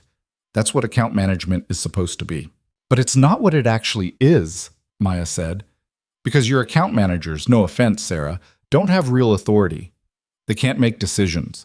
They can't bypass the queue when something is genuinely urgent. They're essentially customer service representatives with better titles. Sarah didn't look offended. She looked vindicated. I've been saying this for 2 years. And it's not practical, Jennifer insisted. You can't have every account manager making independent decisions about what's urgent and what's not. That's chaos. That's how you end up with inconsistent service and blown budgets. Unless you hire account managers you actually trust, Maya said, unless you build a culture where understanding the client's business is valued more than following process. Unless you measure success by client satisfaction instead of ticket resolution time. Ethan was watching her with an expression she couldn't quite read. Keep going. Maya felt her confidence growing, fed by the recognition that the ideas forming in her head were actually coherent. You said you have 200 enterprise clients. How many of them are actually at risk of leaving? Based on recent satisfaction surveys, probably 20 to 30, Sarah said. MedTech was one of them. Okay, start there. 20 to 30 clients get a different kind of service. Dedicated teams with real authority, proactive communication, customized solutions instead of standardized packages. You prove it works, show measurable improvement in satisfaction and retention, then you scale it to the next tier. And the clients who aren't at risk? Jennifer asked. We just ignore them? No. You serve them well with your existing systems because those systems work fine for clients who aren't having problems. But you also watch for warning signs. You don't wait for satisfaction scores to drop. You stay ahead of the curve. Maya set down the marker. The goal isn't to rebuild everything overnight. It's to prove that a different approach is possible and valuable. Marcus, who'd been silent through most of the discussion, spoke up. The data could support this. If we track retention rates, client lifetime value, referral rates for the high-touch group versus the standard service group, we'd have concrete evidence of ROI within 6 months. And if the ROI is negative, Jennifer pressed, if it turns out that personalized service costs more than it generates in retained revenue, then we'll have learned something important, Ethan said. But I don't think that's what we'll find. I think we'll discover that we've been leaving money on the table by treating relationships as transactional. Jennifer looked like she wanted to argue further, but recognized she was outnumbered. I'll need to restructure my team's workload if we're doing this. Do it, Ethan said. Work with Sarah to identify the at-risk clients and build the pilot program. I want a proposal on my desk by Friday. The meeting broke up, people gathering their materials and filing out with varying degrees of enthusiasm. Sarah approached Maya with a smile that was equal parts grateful and conspiratorial. Thank you, she said quietly. I've been fighting this battle alone for so long. It's good to have reinforcements. I just said what seemed obvious, Maya said. That's exactly why it needed to be said. Sarah glanced toward the door where Jennifer had exited. She's not a bad person. She's just been rewarded for efficiency for so long that she's forgotten why the efficiency matters in the first place. After Sarah left, it was just Maya and Ethan in the conference room. He was studying her whiteboard diagram, his expression thoughtful. "Where did that come from?" he asked. "The analysis, the framework, all of it?" Maya shrugged, suddenly self-conscious. "I don't know. I was watching the meeting, listening to everyone talk about resources and process, and all I could think was that they were solving the wrong problem. So I just said what I was thinking. That's what I hired you to do." Ethan turned to face her. "Though I'll admit, I didn't expect you to do it quite so effectively on your first day." "Did I overstep?" Maya asked. "With Jennifer, with the whole thing? Because I know I'm new, and I don't actually understand how things work here yet, and you were perfect." He said it with certainty. "You saw something everyone else had been too close to see. That's valuable. Don't apologize for it." Maya's phone buzzed in her pocket. She pulled it out, seeing 3 texts from her roommate and 2 from her brother. Reality crashed back. She had a life outside this building, responsibilities that didn't care about client service frameworks or corporate restructuring. "I need to call my brother," she said. "He gets out of school in an hour, and I usually check in to make sure he's doing his homework before I get home from work. Except I'm not going home from work at my normal time because this isn't my normal work. And I need to figure out—" She stopped, realizing she was spiraling. Ethan checked his watch. "It's nearly 2. Have you eaten lunch?" Maya hadn't even thought about lunch. "No." "Neither have I. There's a cafe on the ground floor. We can get food, you can call your brother, and we can debrief the meeting." He was already heading for the door. "Come on." The cafe was surprisingly normal. Less corporate cafeteria, more actual restaurant, with natural light and the smell of real food instead of industrial warming trays. They got sandwiches and coffee and found a table near the window, away from the clusters of employees on their lunch breaks. Maya called her brother first, stepping away from the table to talk to him. Miguel answered on the second ring, his voice carrying that particular 14-year-old mix of annoyance and affection. "You're late checking in," he said instead of hello. "I know, I'm sorry. Something came up with work." She paused. "Actually, I got a new job. Today. It's complicated." "A good complicated or a bad complicated?" Miguel knew her well enough to hear the uncertainty in her voice. "I don't know yet." Maya watched through the window as Ethan sat at their table, checking his phone, looking like any other person having lunch instead of a billionaire CEO who'd upended his day for her. "But it pays more. A lot more. Which means things are going to get easier." "Does this mean I can get new shoes?"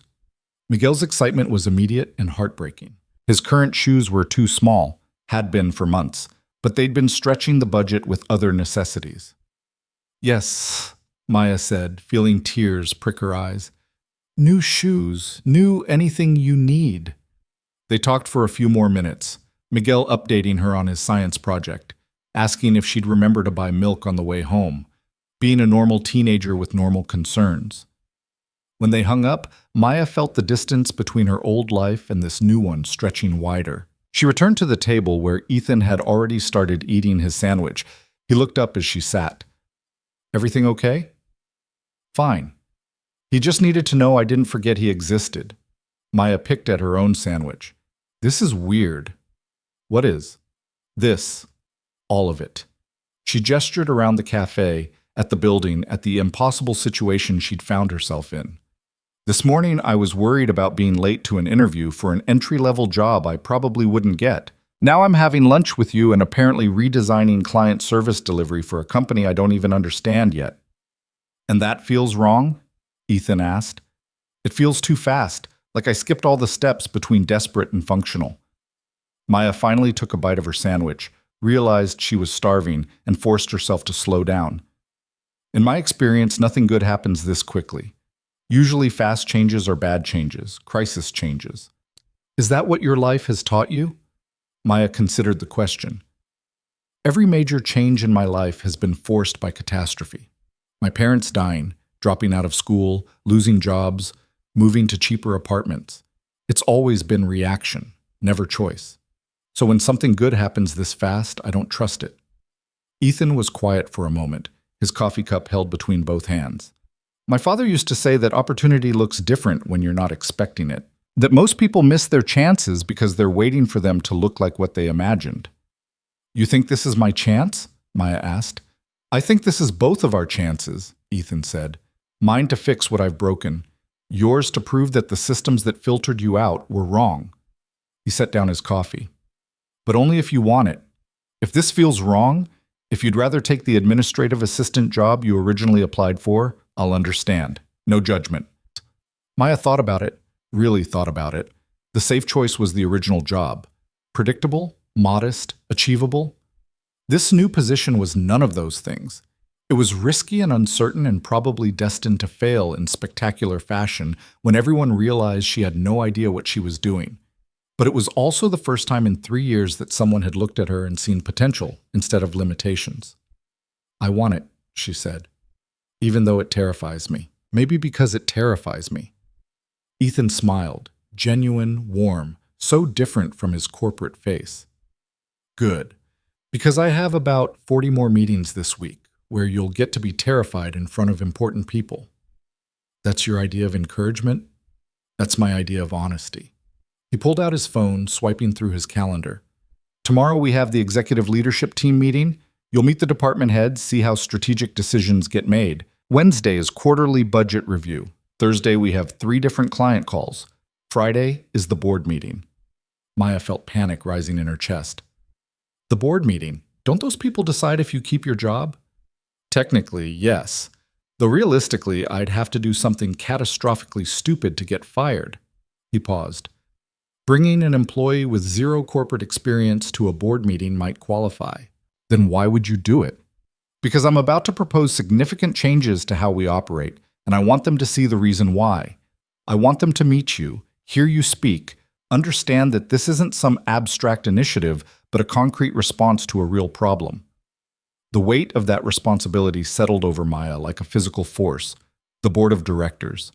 The people who controlled billions of dollars, who decided the fate of thousands of employees. And Ethan wanted her to be the face of institutional change. I'm going to fail, she said quietly. You know that, right? I'm going to walk into one of these meetings and say something stupid or wrong or completely reveal that I don't belong there, and it's going to reflect badly on you, and this whole experiment is going to collapse. Probably, Ethan agreed, surprising her. You'll make mistakes.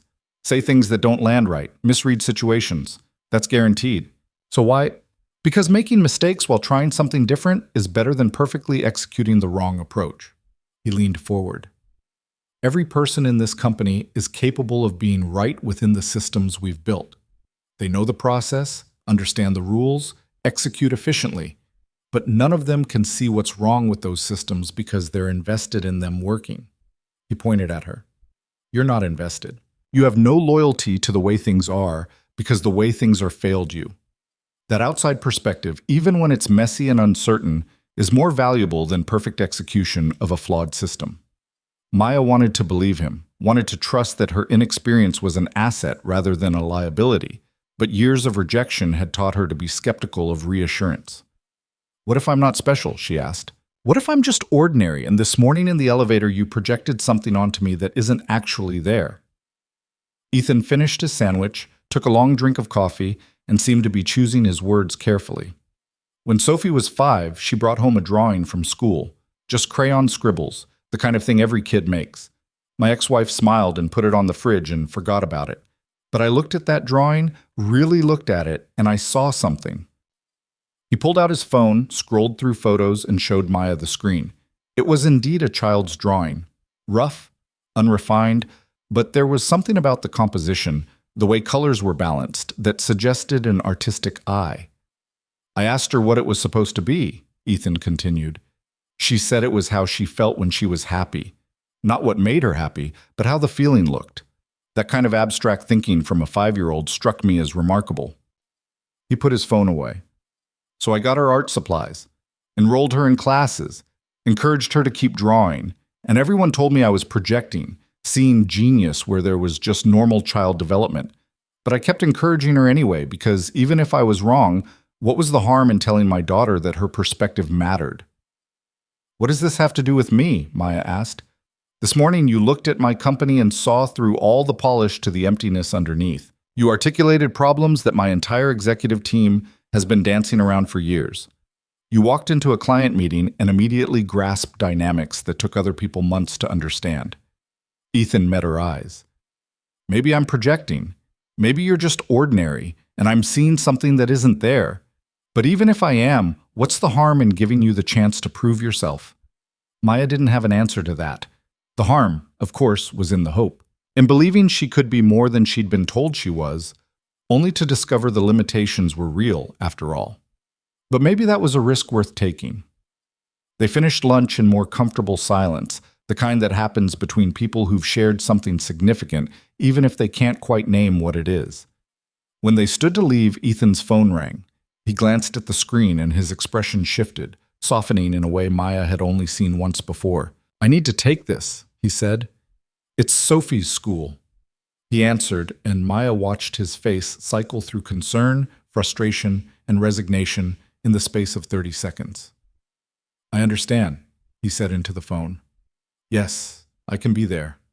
45 minutes. He ended the call and closed his eyes briefly. "Sophie got into a fight. They want me to come get her." A fight? Maya couldn't imagine the sweet 7-year-old from the photo fighting anyone. Another kid said something about her mom leaving. Sophie pushed her. Ethan was already moving toward the elevator. "I have to go. Can you find your way back to my office? Miranda, my assistant, can set you up at a desk, get you started on background reading about our clients." "Go," Maya said. "Family first." He paused, looking at her with something like gratitude. "I'll be back before end of day. We'll regroup then." Maya watched him leave, moving with the same purposeful stride, but somehow diminished by worry. For all his power and control, he was still just a father trying to figure out how to help his daughter. She made her way back to the 43rd floor, where Miranda, a woman in her 30s with the efficient warmth of someone who'd been managing executives for years, was waiting with a sympathetic smile. "Mr. Cole messaged me," Miranda said. "Family emergency. Let's get you set up." The desk Miranda led her to was in a small office near Ethan's, with a window overlooking the city and equipment that was probably worth more than everything Maya owned. There was already a computer logged in under her name, a stack of folders containing client profiles, and a notebook with her employee ID printed on the cover. "I've pulled together background on our top 20 clients," Miranda explained. "Start there. Understand their businesses, their histories with us, any recent concerns. Mr. Cole will want to discuss them when he returns." After Miranda left, Maya sat in her new chair, in her new office, staring at the stack of folders that represented her new job. She opened the first one, a manufacturing company in the Midwest, annual revenue in the hundreds of millions, coal industries client for 5 years. The file contained contracts, service reports, satisfaction surveys, correspondence. Maya started reading, making notes, trying to understand not just what services were provided, but why the client had chosen coal industries in the first place. What had they been looking for? What problems were they trying to solve? Were those problems actually solved or just managed? Hours passed. The sun shifted across the sky, throwing long shadows across her desk. Maya worked through folder after folder, building a mental map of client relationships, seeing patterns emerge. Companies stayed with coal industries because the service was reliable and the systems worked, but they didn't stay because they felt valued or understood. It was a relationship built on competence, not connection. She was deep into the 15th folder when her office door opened. Ethan stood there, looking exhausted in a way that had nothing to do with work. "How's Sophie?" Maya asked. "Suspended for 2 days. We had a long talk about appropriate responses to hurtful comments." He moved into the office, slumping into the chair across from her desk. She asked why her mom left, why some kids have moms who stay and she doesn't. And I had no good answer except that sometimes people make choices we can't understand. That must have been hard. The hardest conversation I've had in months, harder than any board meeting or negotiation. He rubbed his face. "Mrs. Patterson said she can watch her tomorrow and Friday, but I'll need to work from home as much as possible." But Maya heard herself say, I could help. With Sophie, I mean. If you need backup." Ethan looked at her in surprise. "You have your own brother to take care of." "Miguel's 14. He's self-sufficient after school. Sophie's 7 and dealing with trauma. Maya closed the folder she'd been reading. I spent years figuring out how to be a parent when I wasn't ready. Maybe that experience could be useful. I can't ask you to... You're not asking. I'm offering. She meant it. Somewhere in the past 12 hours, this had stopped being just about a job. It had become about two people trying to rebuild things they hadn't known were broken. Ethan was quiet for a long moment. "Okay," he finally said. "Thank you." They sat in comfortable silence, two people at the end of an impossible day, both changed in ways they were still trying to understand. Tomorrow would bring new challenges, the executive team meeting, the skepticism and resistance, the inevitable moment when Maya would reveal her limitations. But tonight, in this quiet office with the city lights beginning to glow outside, it felt like maybe, just maybe, they'd both found something worth fighting for. The following morning arrived with the weight of inevitability. Maya woke at 5:30 out of habit, her body not yet adjusted to the fact that her life had fundamentally changed.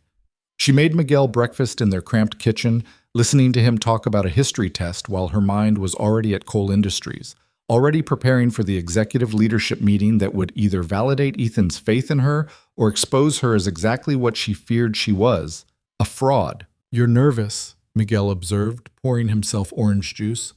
"Like, more nervous than usual." "That obvious?"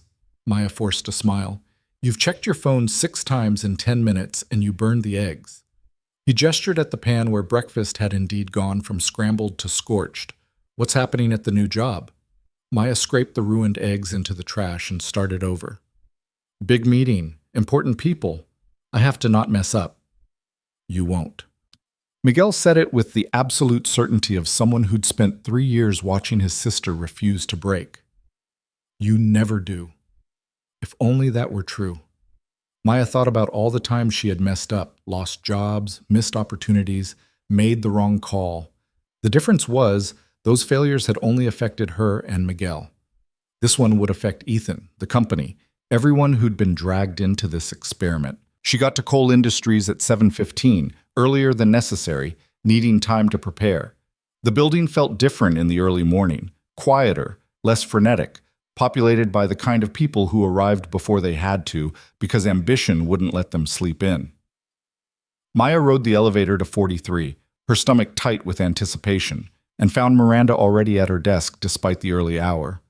"Coffee's fresh," Miranda said without looking up from her computer. "Mr. Cole is already in his office. He asked that you join him when you arrived." Maya poured herself coffee she didn't want and knocked on Ethan's door.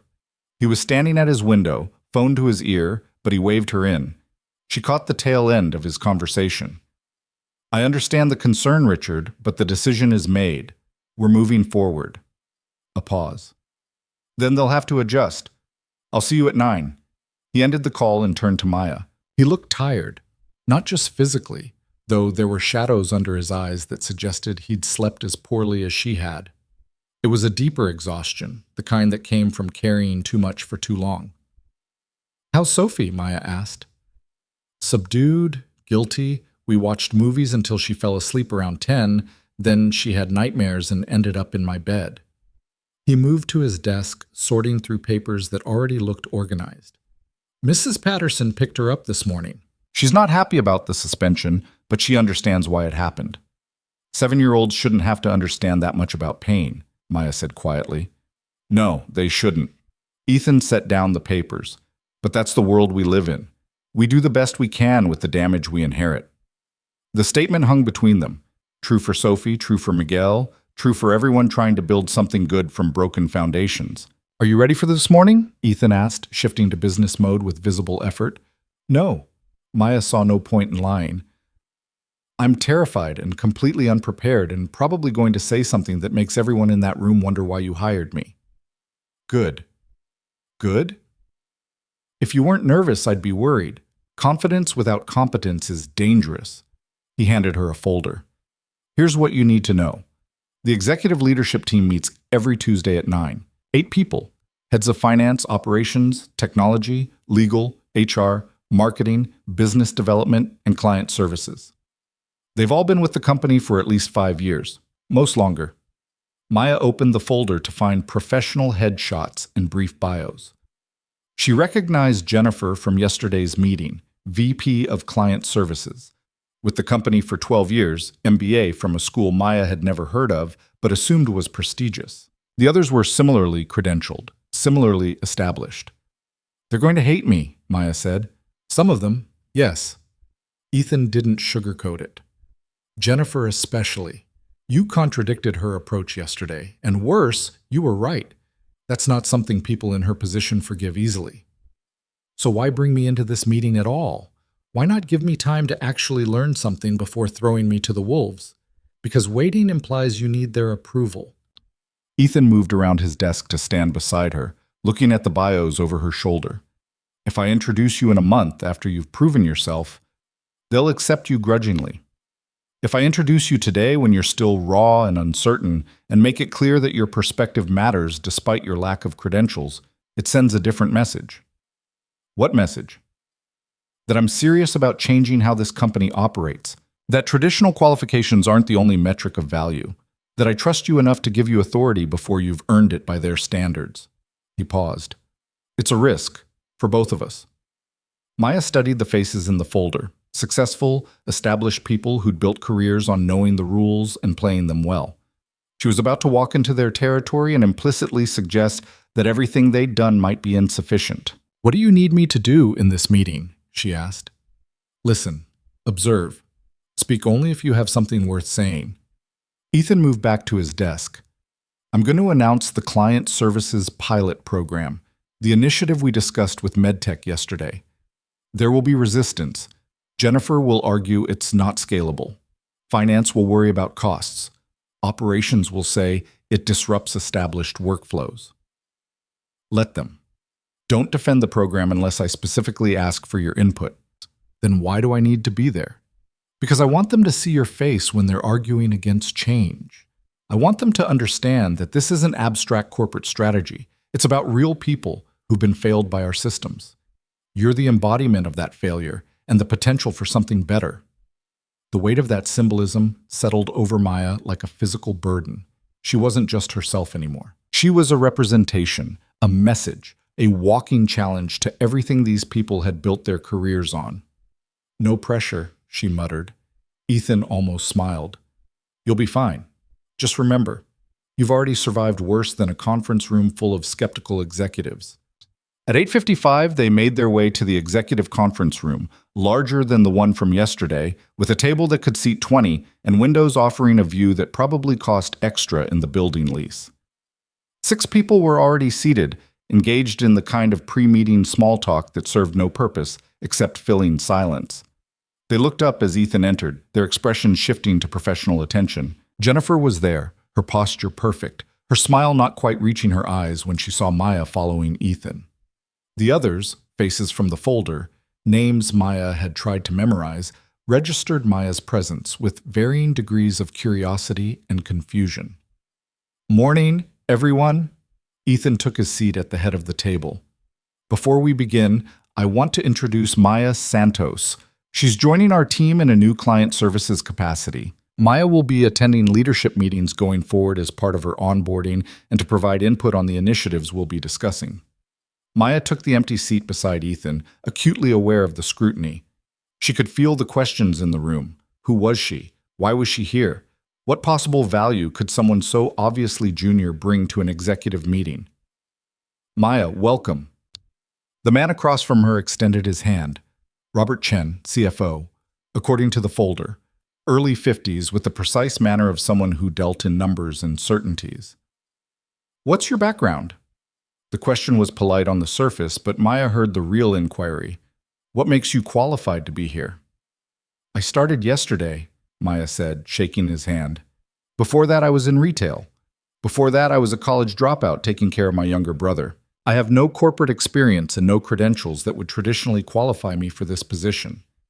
The silence that followed was profound. Robert's eyebrows rose. Jennifer's expression flickered with something that might have been vindication or pity. The others exchanged glances that ranged from bemused to concerned.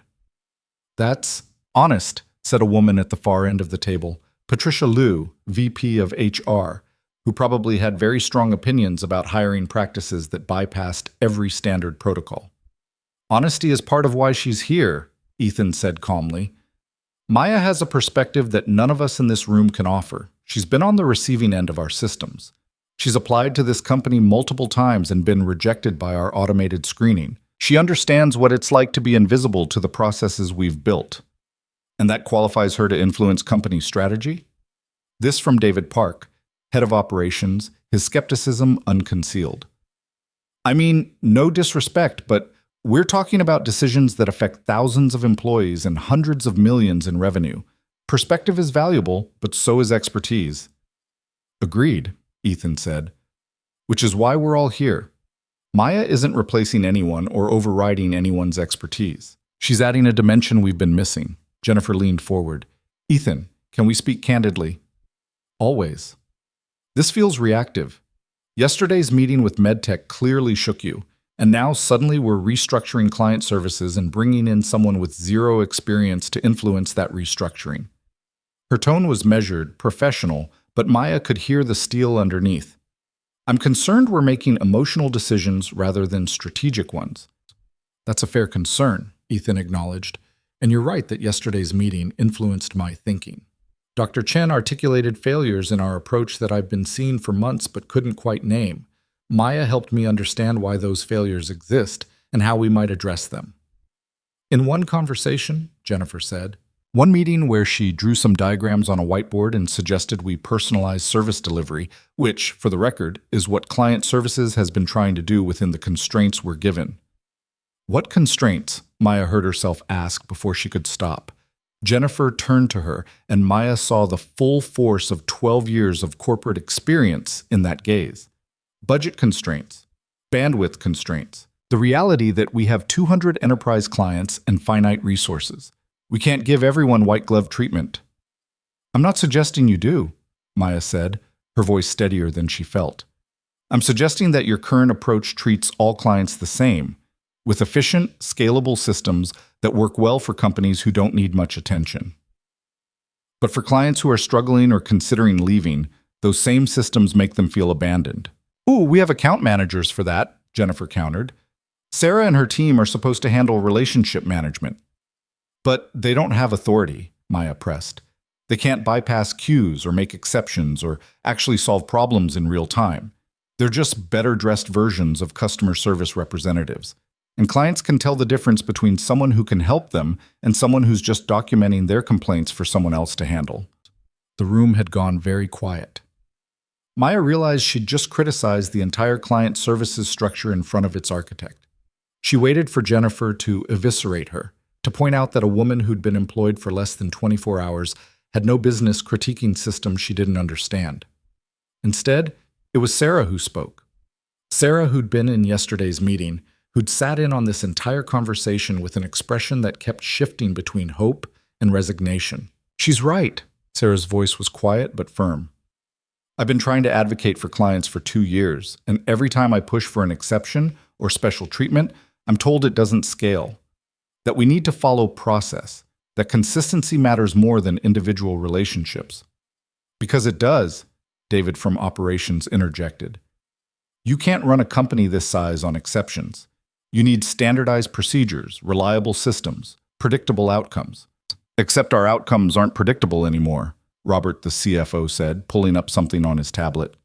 Client retention has dropped 3% over the past 18 months. That might not sound like much, but it represents approximately $15 million in annual recurring revenue that we've lost to competitors. Jennifer's jaw tightened. Client retention is affected by multiple factors: pricing, product quality, market conditions. You can't attribute it solely to service delivery. No, but I can show you exit interview data. Robert swiped through screens. 72% of clients who left in the past year cited impersonal service or lack of responsiveness as contributing factors. Only 18% mentioned price. The number hit like a physical blow. Maya saw it register across the faces in the room, the recognition that something was fundamentally broken, even if no one wanted to admit it. So what are you proposing? Patricia from HR asked, directing the question at Ethan. Complete overhaul of client services, because that would require significant hiring, training, restructuring. We're talking months of disruption. Not complete overhaul, a pilot program. Ethan pulled up a presentation on the screen at the front of the room. We identify our 20 highest risk clients, the ones most likely to leave based on satisfaction scores and contract renewal timelines. For those clients, we create dedicated teams with real authority, direct access to decision makers, proactive communication, customized solutions instead of standardized packages. We run it for 6 months and measure results. And if it fails, Jennifer asked, then we'll have learned that personalization doesn't justify the cost, and we'll return to our current model with better data about what clients actually need. Ethan advanced to the next slide. But I don't think it will fail. I think we'll find that investing in relationships pays for itself in retention and expansion revenue. Who leads this pilot? David asked. Because if we're pulling Sarah and her team to focus on 20 clients, who handles the other 180? The current systems continue to serve existing clients, Ethan said. We're not dismantling anything. We're building something new alongside it to see which approach generates better outcomes. And Maya's role in this? Patricia's gaze shifted to Maya, not hostile, but intensely evaluative. What specifically will she be doing? Maya felt every eye turn to her. This was the moment. She could defer to Ethan, let him explain, hide behind his authority, or she could own whatever this position was becoming. I'll be working with the dedicated teams, Maya said, forcing her voice to stay level. Sitting in on client meetings, understanding their businesses and challenges, identifying gaps between what we're providing and what they actually need. Then translating that back to internal teams so we can adapt our approach. That's relationship management, Jennifer said. That's Sarah's job. It's different from relationship management, Sarah interjected, and Maya felt a flash of gratitude for the support. Relationship managers maintain connections. What Maya's describing is more like organizational translation, understanding the client's world well enough to help our company speak their language. That's a very generous interpretation of a position we just invented yesterday, Jennifer said, her frustration finally breaking through her professional veneer. Ethan, I need to be direct. This feels like you're undermining my department based on one bad client meeting and the influence of someone who's been here for a day. The accusation hung in the air, sharp and dangerous. Maya saw Ethan's expression harden, saw him preparing to defend his decision, and knew that if he overrode Jennifer's concerns through sheer authority, it would only deepen the resentment. You're right, Maya said, surprising herself and apparently everyone else in the room. This is reactive. It is based on one meeting, and I am completely unqualified by any traditional measure. Jennifer looked momentarily thrown by the agreement. But being right about the process doesn't mean you're right about the outcome, Maya continued. Yes, Ethan made this decision quickly, but quick decisions aren't automatically wrong.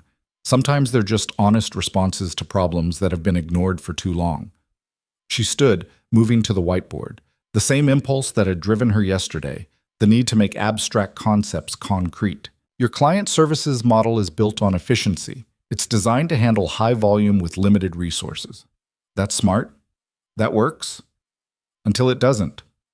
She drew a simple diagram, the same boxes and arrows from yesterday, refined by a night of thinking. Right now, when a client has a problem, they enter your system here. She marked a box. The system routes them based on predefined categories: urgent versus routine, technical versus operational. The routing is automatic, efficient, consistent. Exactly as it should be, Jennifer said. For most clients, yes, Maya agreed. But for clients who are already frustrated, who are already considering leaving, getting routed through a system feels like being dismissed. It confirms their belief that they don't matter to you as individuals. She drew another diagram beside the first. What if high-risk clients bypassed the routing system entirely? What if they had a direct contact, a real person with decision-making authority, who could assess their needs immediately and mobilize whatever resources were required? Not because it's more efficient, but because it sends a message. You matter enough for us to treat you differently. That's favoritism, David said. Other clients will notice and demand the same treatment. Good, Maya said. Let them demand it. Then you have a conversation about what level of service justifies what level of investment. Maybe some clients are willing to pay more for premium support. Maybe others are fine with standard service because it meets their needs. But right now, you're not even offering the choice. Robert was making notes on his tablet, his expression thoughtful. There's a business model here, tiered service levels with corresponding pricing. We could potentially increase revenue while improving satisfaction. We'd need to model the costs, Patricia said. Additional headcount, training, tools. But theoretically, if we could charge a premium for high-touch service, Maya watched the conversation shift, saw the executives beginning to engage with the idea rather than resist it. She caught Ethan's eye and saw something that might have been approval. I want to see projections by Friday, Ethan said. Robert, work with Jennifer to model costs and potential revenue for different service tier scenarios. Patricia, outline what hiring and training would look like. David, identify operational dependencies and constraints. Everyone clear?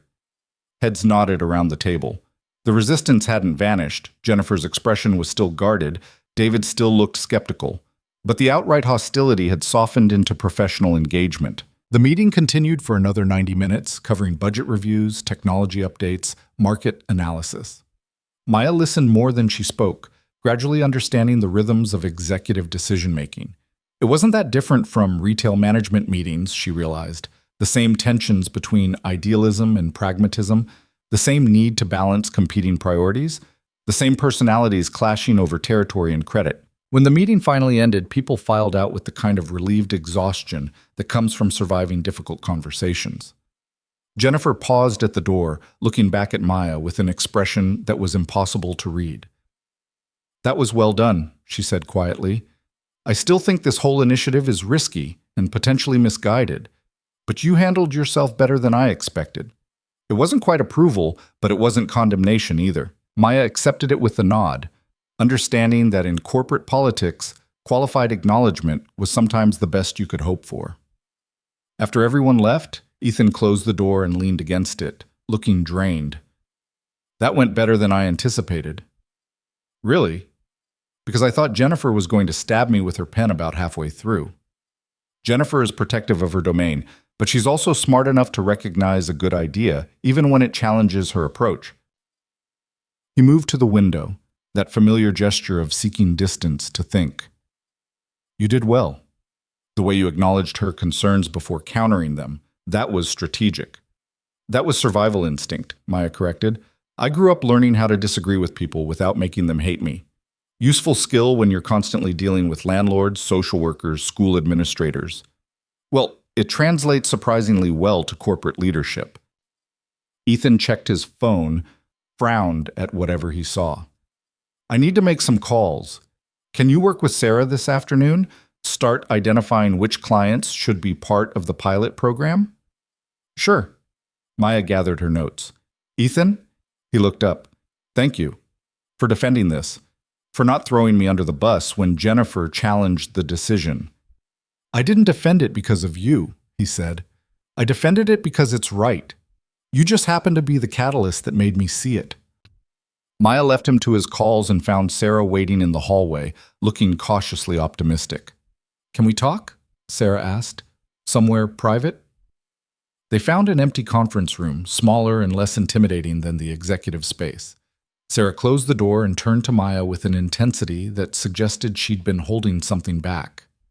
I need you to understand what you're walking into, Sarah said. This pilot program, this initiative, it's going to make enemies. Jennifer isn't the only one who's threatened by change. You're challenging systems that people have built careers on. That's dangerous. I know. Do you? Sarah leaned against the table. I've been trying to improve client services for 2 years. Know what happened? My performance reviews started including notes about resistance to established processes and difficulty adapting to organizational standards. I got passed over for promotion twice. The message was clear. Stay in your lane or face consequences. Maya felt a chill of recognition. And you think that's going to happen to me?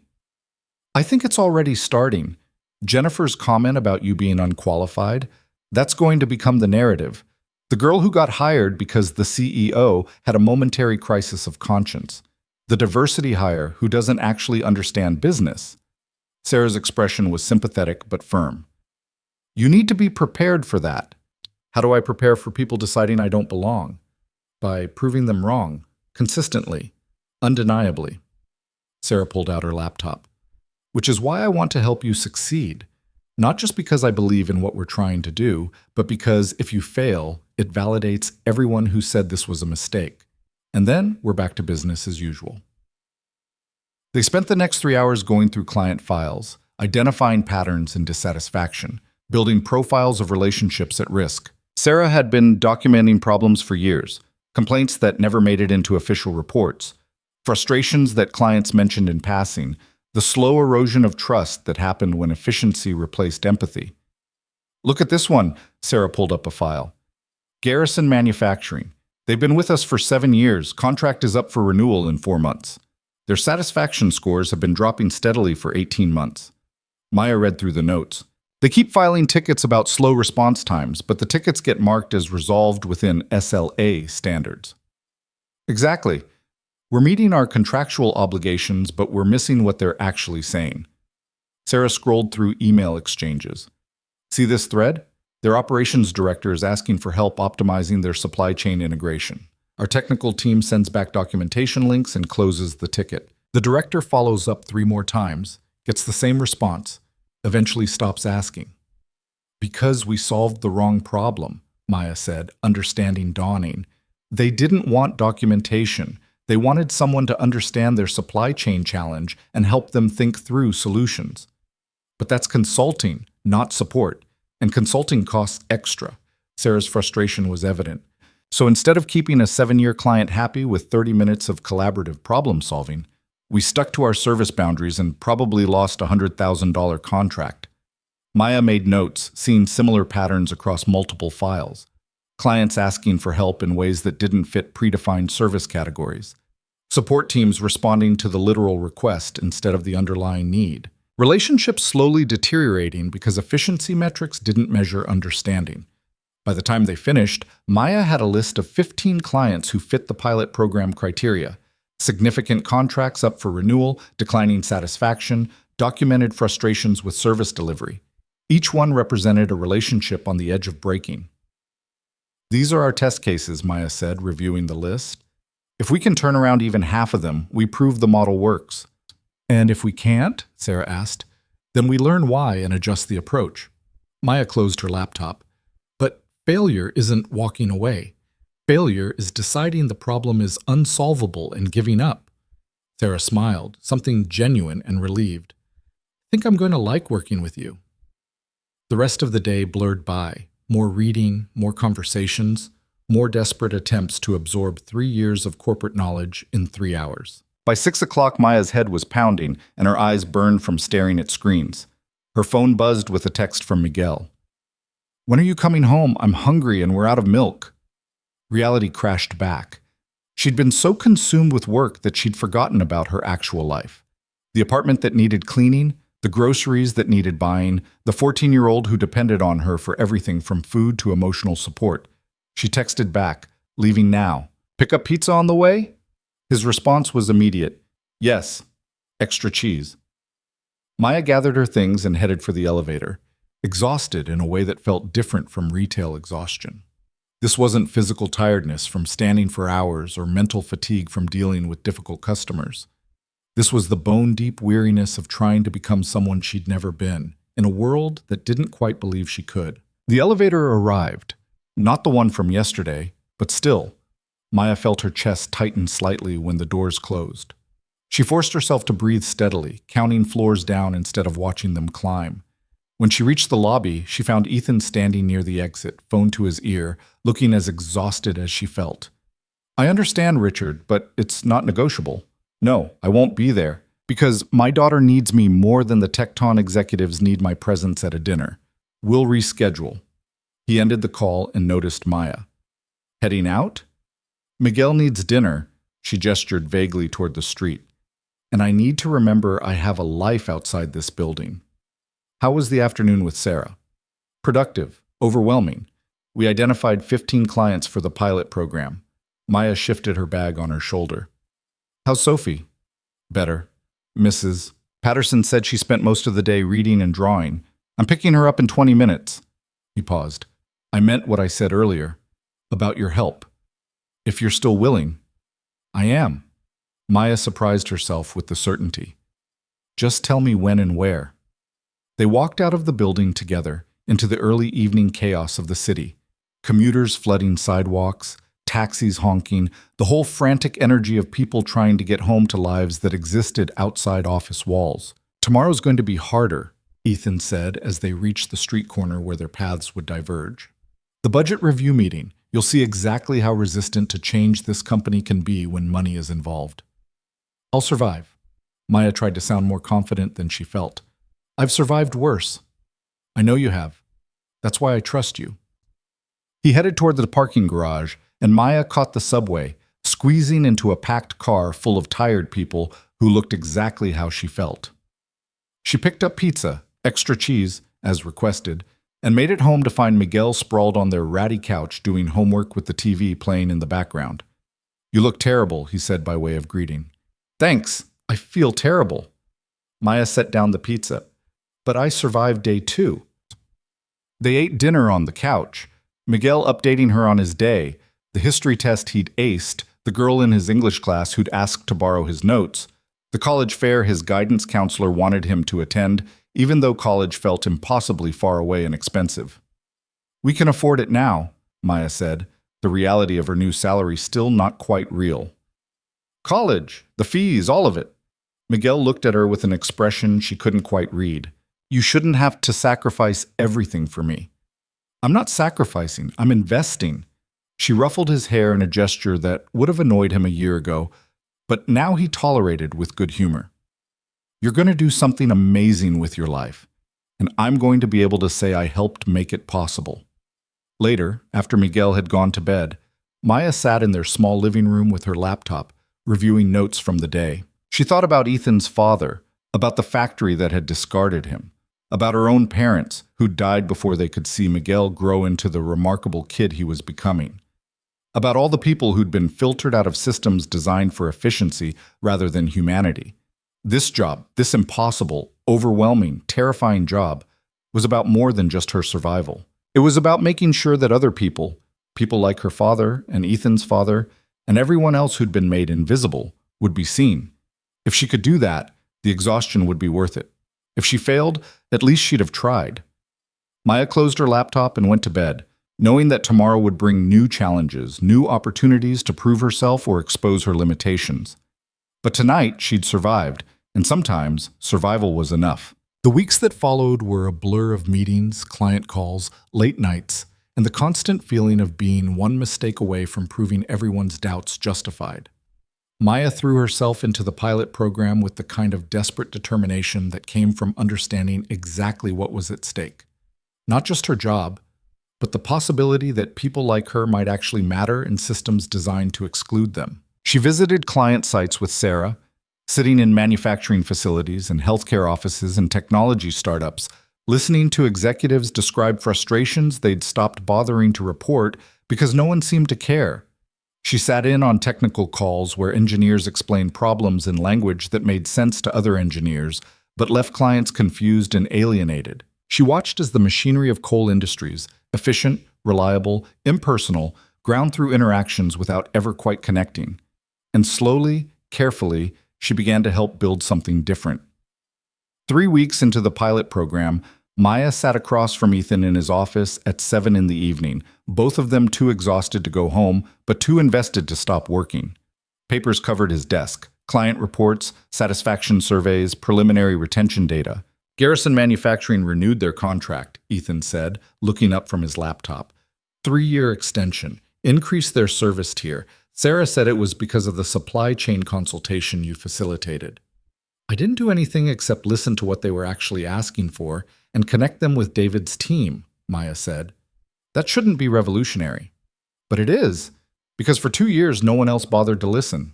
He pulled up more data. MedTech Solutions extended for 5 years, recommended us to 2 other healthcare companies.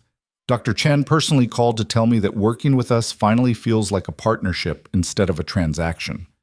Maya felt something warm settle in her chest. Not quite pride, but close. How many of the pilot clients have we retained? 13 out of 15 so far. The other 2 are still undecided, but their satisfaction scores have improved significantly. Ethan leaned back in his chair. The board meeting is Friday.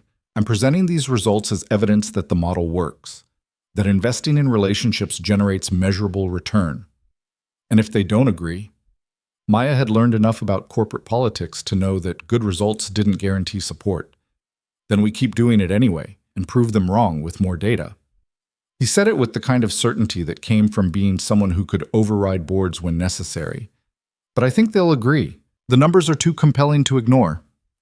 Maya's phone buzzed, a text from Miguel. She glanced at it and felt her stomach drop. What's wrong? Ethan noticed her expression change. Miguel's school called. He got into a fight. She was already gathering her things. I need to go. What happened?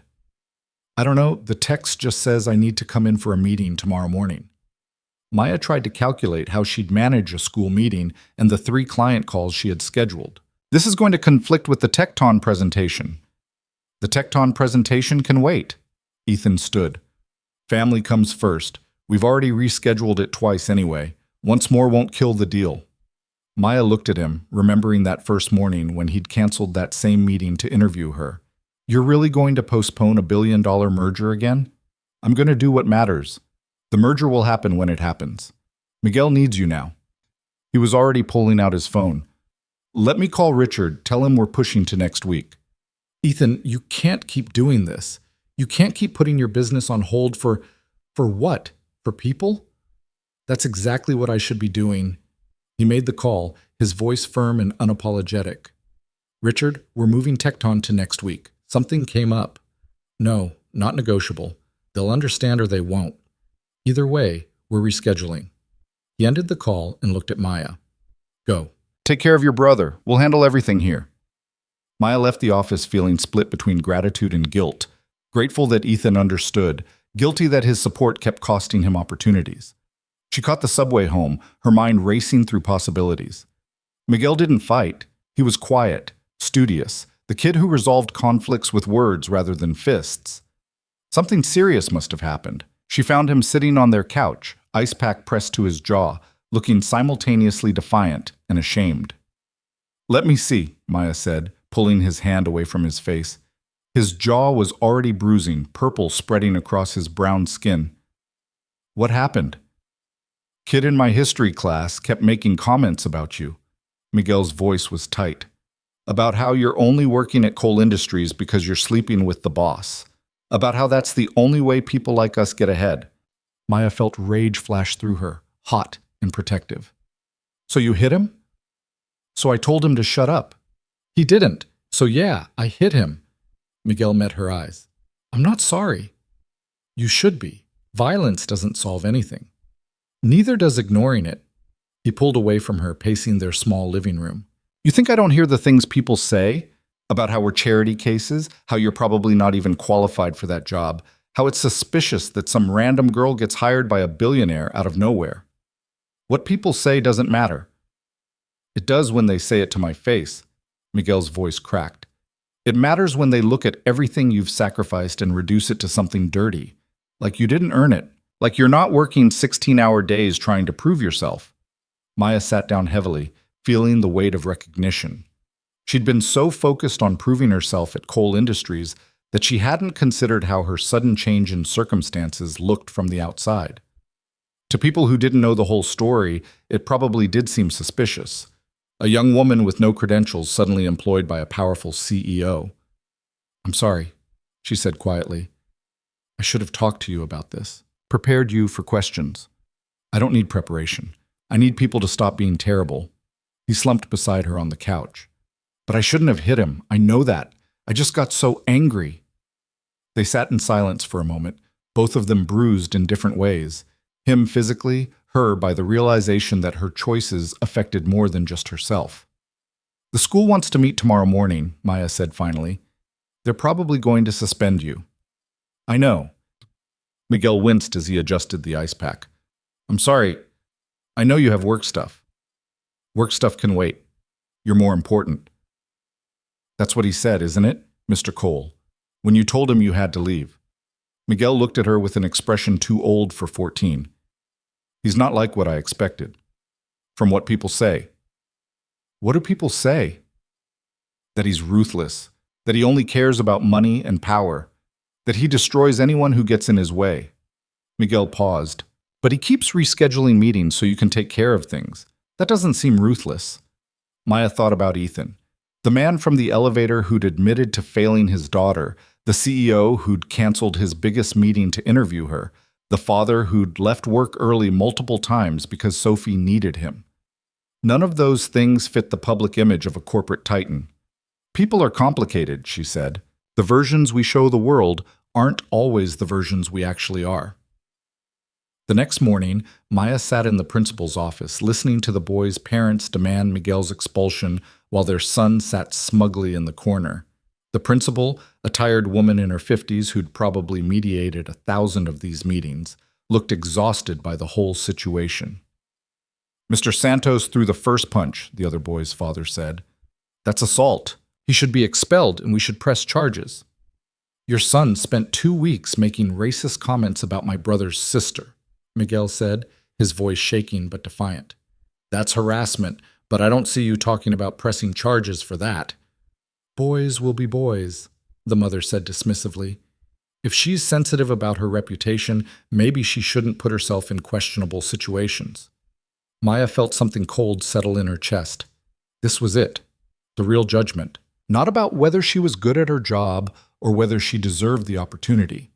Just the automatic assumption that a woman in her position must have gotten there through something other than merit. My sister works 16-hour days, Miguel said, standing up. She's supporting me while finishing a degree online that she had to pause when our parents died. She's smarter and works harder than anyone I know. And your son reduced all of that to a dirty joke because he can't imagine a woman succeeding without sleeping her way to the top. Miguel, the principal warned. No. Maya stood beside her brother. He's right. I don't care what your son said about me. I've dealt with worse. But teaching him that women only have value as sexual objects, that success is only legitimate for certain people, that's the real problem here. We're not here to discuss social issues, the boy's father said coldly. We're here because your brother assaulted our son. And we're willing to drop it, the mother added in a tone that suggested magnanimity, if Miguel is expelled. Otherwise, we'll pursue legal action. The principal looked at Maya with something like sympathy. I'm afraid given the circumstances, suspension is the minimum consequence. 3 days for Miguel. I'll also be speaking with the other student about his comments, but nothing will happen to him, Maya finished, because words aren't violence, even when they're designed to hurt. I'm sorry. I know this seems unfair. Maya took Miguel's hand, feeling him trembling with suppressed rage and shame. It's fine. We'll take the 3 days, but I want it noted that my brother was defending his family against harassment. That matters, even if it doesn't change the outcome. They left the school together, Miguel silent and withdrawn. Maya called Ethan from the parking lot, expecting to get voicemail but getting him directly. How did it go? He asked. 3-day suspension. The other kids' parents wanted expulsion or legal action, but the principal compromised. Maya watched Miguel get into their old car. He was defending me. From rumors about us. Silence on the line. Then, what kind of rumors? The kind you'd expect when a woman with no credentials suddenly gets hired by a male CEO. She said it flatly, too tired for euphemism. I knew there would be talk. I didn't think it would follow Miguel to school. I'm sorry. Ethan's voice carried genuine regret. I should have anticipated this. Should have been more careful about how we framed your hiring. There's no way to frame it that wouldn't generate suspicion. A powerful man helps a struggling woman. People fill in their own narrative. Maya got in the car, turning the key in an ignition that protested before catching. I knew what I was signing up for. I just didn't realize it would hurt Miguel. What can I do? Maya almost laughed. Unless you can change human nature and the assumptions people make, nothing. We just deal with it. Let me talk to the school. I can... No, she said it firmly. You getting involved will only make it worse. Will only confirm what people already think. Miguel and I will handle this ourselves. She ended the call before he could argue and drove Miguel home in silence. He stared out the window, jaw still bruised, eyes distant. I hate that you have to deal with this because of me. Maya said finally. It's not because of you, it's because people suck. Miguel turned to look at her. But I meant what I said. About you working harder than anyone. About deserving that job. I believe that, even if they don't. That night, after Miguel had gone to bed, Maya sat at their kitchen table with her laptop, staring at the presentation she was supposed to give at Friday's board meeting. Ethan had asked her to present the pilot program results, her analysis, her observations, her recommendations for scaling the model. It was an honor. It was an opportunity. It was also a setup for spectacular failure. Because no matter how good her results were, half the people in that room would be wondering if she'd earned her place through competence or through other means. Her lack of credentials would be scrutinized. Her relationship with Ethan would be questioned, and every success would be attributed to his support rather than her ability. Maya closed her laptop and pulled out her phone, scrolling through her contacts until she found the number she'd saved 3 weeks ago. Dr. Chen from MedTech Solutions. They'd spoken several times since that first meeting, building what Maya hoped was genuine professional respect. She typed out a text. Can I ask you something off the record? The response came 5 minutes later. Of course. Call me. Maya stepped onto their small balcony and dialed. Dr. Chen answered on the second ring. What's on your mind, Maya? How did you do it? The question came out more vulnerable than Maya intended. Build credibility in a world that assumes you don't belong? Deal with people who think you're only in the room because someone gave you a favor? Dr. Chen was quiet for a moment. You're getting the talk. The whispers about how you got your position. My 14-year-old brother got in a fight defending me from it. I'm sorry, that's hard. Dr. Chen's voice carried the weight of experience. The honest answer is, you can't stop people from making assumptions. You can only control whether those assumptions eventually matter. How do I do that? By being so undeniably good at what you do that the assumptions become irrelevant. By building relationships based on competence rather than trying to defend yourself against accusations. Dr. Chen paused. When I started my company, people assumed a woman my age couldn't possibly understand technology. That I must have married money or slept my way into funding. You know what I did? What? I stopped caring what they assumed and started proving what I could deliver. I built something successful enough that the narrative changed from how did she get here to how did we miss her? Dr. Chen's voice softened. It took 5 years. It wasn't fair that I had to work twice as hard to get half the credit, but eventually the work spoke louder than the gossip. What if I'm not good enough? Maya asked. What if the doubters are right and I really am just here because Ethan took pity on me? Then you'll learn that and adjust accordingly. But from what I've seen, that's not what's happening. Dr. Chen's certainty was startling. The way you handled our account, the questions you asked, the solutions you facilitated, that wasn't pity. That was skill. Own it. After they hung up, Maya sat on the balcony for a long time, watching the city lights and thinking about the presentation on Friday. About the board members who would judge her, about the risk Ethan was taking by putting her in front of them. She could play it safe, present the data, stick to facts, minimize her own role. Or she could own her perspective, defend her approach, and trust that the results would speak for themselves. The question was whether she had the courage to bet on herself the way Ethan had. Friday morning arrived with the weight of inevitability. Maya dressed carefully, not in expensive clothes she couldn't afford, but in the best version of what she had. Professional, clean, unapologetic. She caught the subway to Cole Industries, her presentation notes in a folder that was no longer cheap manila, but proper leather, a gift from Sarah who'd said every warrior needed proper armor. The board meeting was scheduled for 10. At 9:30, Maya stood outside the executive conference room, watching through the glass walls as board members arrived. Older men, mostly. A few women, all of them carrying the kind of wealth and power that came from decades of being right about business. Nervous? Ethan appeared beside her, 2 coffee cups in hand. He offered her one. Terrified, she admitted. These people could end this whole experiment with 1 vote. They could, but they won't. He sipped his coffee. I've already sent them the data. They know the pilot program worked. What they're evaluating today is whether it's worth scaling. And whether I'm qualified to help lead it. Yes. He didn't soften it. Some of them will doubt you. Richard especially. He's been against this initiative from the start. but others will be curious. Patricia was impressed by your handling of the leadership meeting. Robert likes that you think in terms of business value rather than just process improvement. What do you need from me in there? Ethan turned to face her fully. The truth. The same honesty you gave me in the elevator. Don't try to sound like a consultant or use corporate language you don't believe in. Just tell them what you've seen, what you've learned, and why it matters. And if they don't buy it, then we fight harder. He smiled slightly. But I think they will. Because underneath all the skepticism and resistance, these are people who want the company to succeed, and you're offering them a path to that success. They entered the conference room together. 12 board members sat around the table, their attention immediately focusing on Maya with varying degrees of interest and suspicion. She recognized Richard, the man who'd been arguing with Ethan on phone calls, older, gray-haired, with the bearing of someone accustomed to being the smartest person in every room. Ethan made introductions, and Maya shook hands with people whose net worth collectively could probably buy a small country. She took her seat near the front, her presentation queued up on the screen, her heart hammering against her ribs.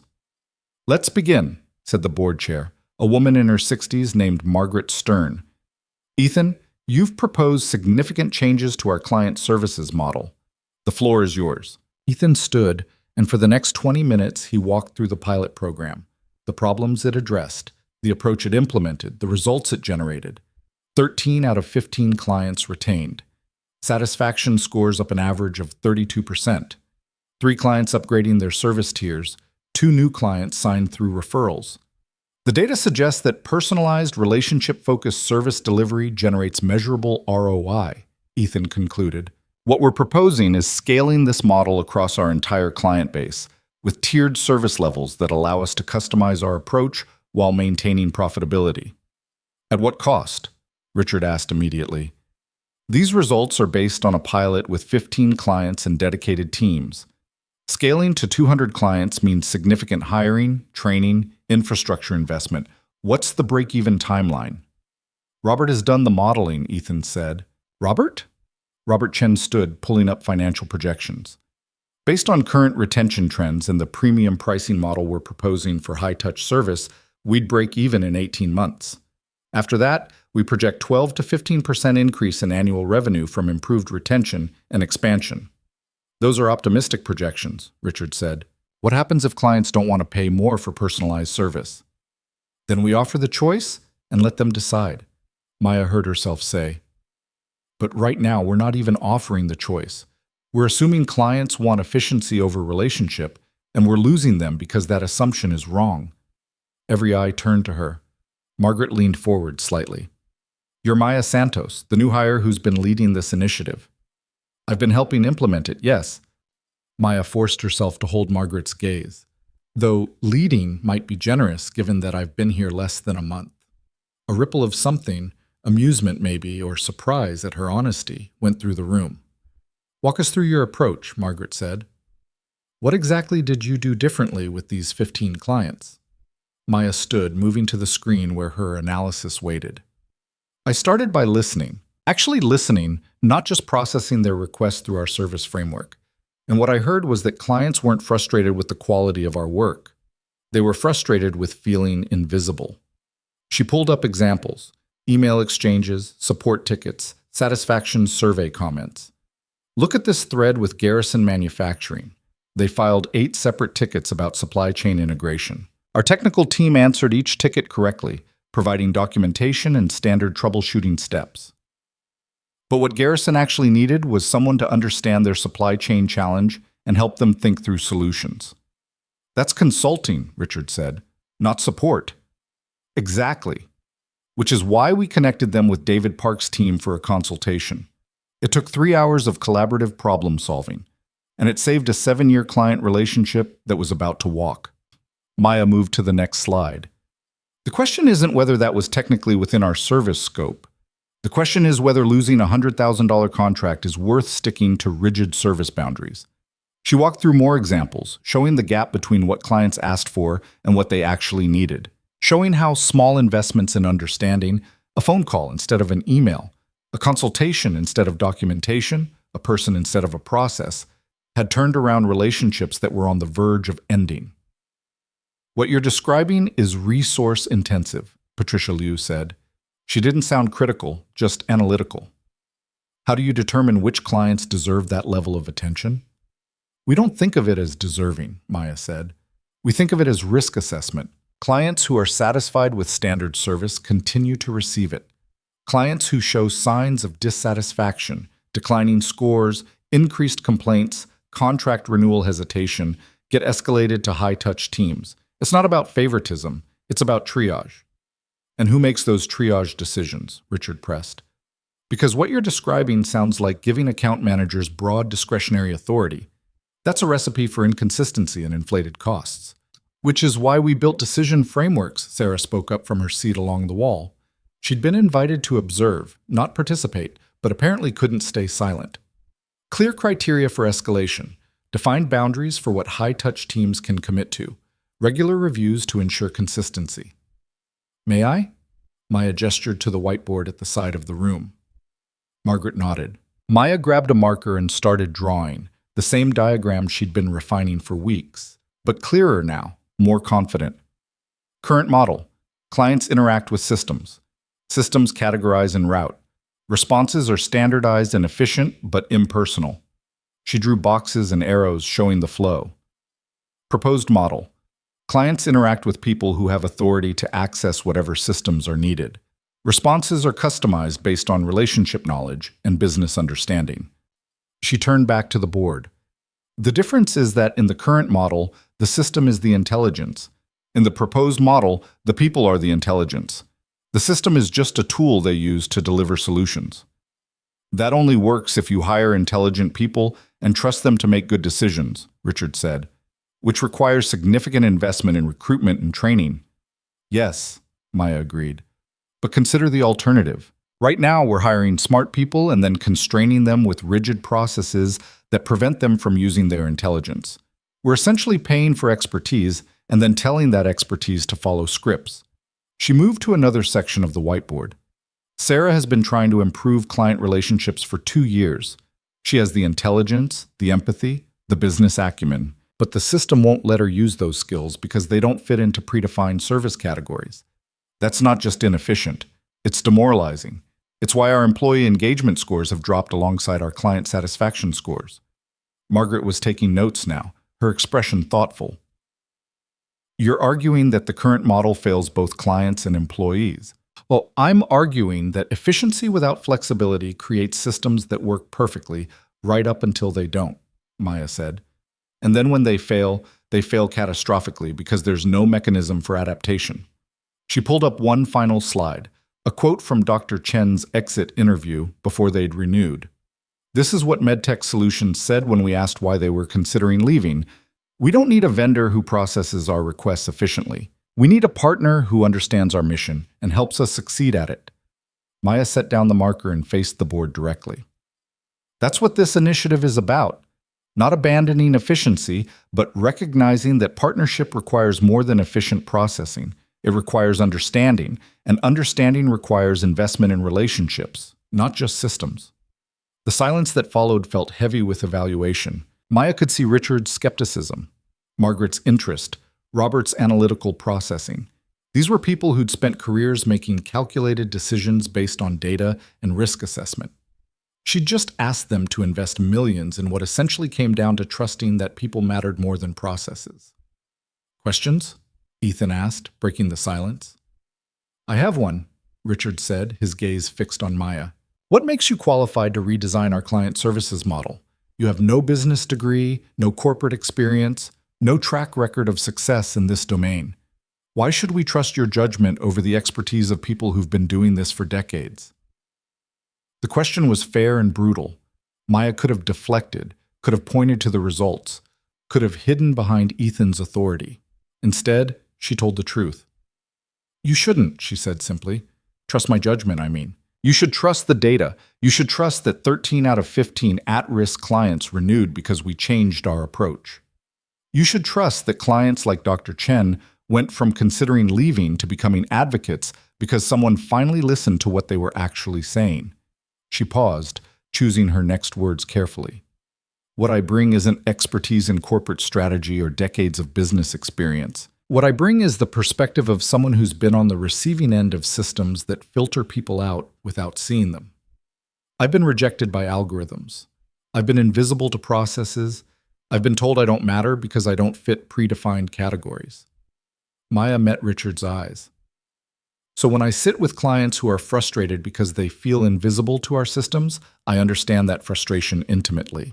And that understanding lets me see solutions that people who've never been invisible might miss. Is that traditional qualification? No. Is it valuable? The results suggest it is. Bold answer, Margaret said, something like approval in her voice. Risky, but honest. Honesty is all I've got, Maya said. I can't pretend to be something I'm not. I can only offer what I actually am and let you decide if that's useful. The board members exchanged looks, some kind of silent communication happening that Maya couldn't interpret. Finally, Margaret spoke. We'll need to deliberate. Ethan, Maya, if you'll excuse us for 30 minutes. Maya gathered her materials with hands that trembled slightly. She'd laid everything out, her analysis, her perspective, her vulnerability. Now it was out of her control. In the hallway, Ethan leaned against the wall, looking simultaneously proud and anxious. That was remarkable. That was terrifying. Maya slumped against the opposite wall. Did I just talk myself out of a job? No. You talked yourself into credibility. He checked his watch. Richard will vote against it. He always resists change, but Margaret seemed genuinely interested, and she usually brings Patricia and Robert with her. If we get majority support, we move forward. And if we don't? Then we prove them wrong and come back with more data in 6 months. Ethan smiled slightly. But I think we're going to win this. They didn't have to wait the full 30 minutes. After 23 minutes that felt like hours, Margaret opened the conference room door. You can come back in. Maya followed Ethan back into the room, trying to read the board members' faces and finding them professionally neutral. They took their seats and waited. Margaret didn't drag it out. We voted to approve the scaled implementation of the relationship-based client services model with the tiered pricing structure Robert proposed. We'll do quarterly reviews to assess progress and adjust resource allocation as needed. Ethan, you'll have the budget authority to hire and structure the teams as you see fit. Maya felt relief crash through her, so intense it was almost painful. However, Margaret continued, and Maya's relief froze. We have concerns about organizational structure and reporting lines. Jennifer Park has been VP of Client Services for 12 years. This new model effectively splits that role. Relationship management under Sarah Lee, operations under Jennifer. We need clarity on how that division of responsibility will work. I've already discussed this with Jennifer, Ethan said. She'll focus on operational efficiency and standardized service delivery for clients who don't require high-touch support. Sarah will lead the relationship-focused teams. Both will report to me directly until we determine the optimal structure. And Ms. Santos? Richard asked, his skepticism still evident. What's her role in this new structure? Maya waited for Ethan to answer, but he looked at her instead, an invitation to define her own position. She took a breath. I see my role as organizational translation. Understanding what clients need, helping internal teams adapt to meet those needs, identifying gaps between what we're delivering and what creates actual value. I don't manage people or control resources. I facilitate understanding. That's consultant work, Richard said, not an employee function. Then maybe we're creating a new function, Maya said, one that didn't exist before because we didn't see the need for it. But the need is there. Someone has to bridge the gap between efficient systems and human relationships. I'm proposing to be that someone. Margaret made a note. I want quarterly reports on how this role develops. If it proves valuable, we codify it. If it doesn't, we adjust. She looked around the table. Anything else? No one spoke. The decision was made. Then we're adjourned, Margaret said. Congratulations, Ethan. Don't make us regret trusting your instincts. After the board members filed out, Maya sat in her chair feeling like she'd just run a marathon. They'd won. The initiative was approved. The model would scale. And she still had a job. Ethan's phone rang. He glanced at it, then at Maya. It's Sophie's school. I need to take this. He stepped into the hallway and Maya could see his expression change through the glass wall. concern shifting to something softer. When he came back in, he was smiling. Sophie drew a picture of Mr. Hoppy for art class. The teacher wants to enter it in a district competition. He showed Maya his phone, a child's drawing, more refined than the one he'd shown her weeks ago, showing remarkable perspective for a 7-year-old. She wants me to come and see it. Then go, Maya said. I can handle the afternoon calls. Are you sure? I'm sure. Family first, remember? She smiled.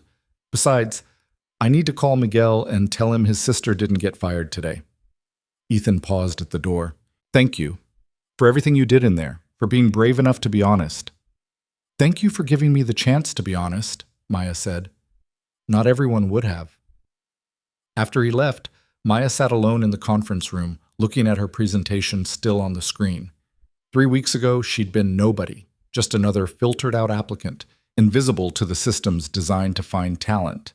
Today, she'd convinced a corporate board to invest millions in an approach built on her perspective. It wasn't a fairy tale ending. There would still be doubters, still be people who questioned whether she deserved to be there. The work would still be hard, the hours still long, the pressure still intense.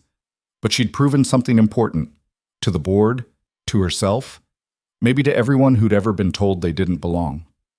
That evening, Maya left the office at a reasonable hour for the first time in weeks. She picked up Miguel from home, and together they took the subway to Ethan's neighborhood, a part of the city Maya had only ever seen from bus windows, where brownstones cost more than she'd earn in a lifetime.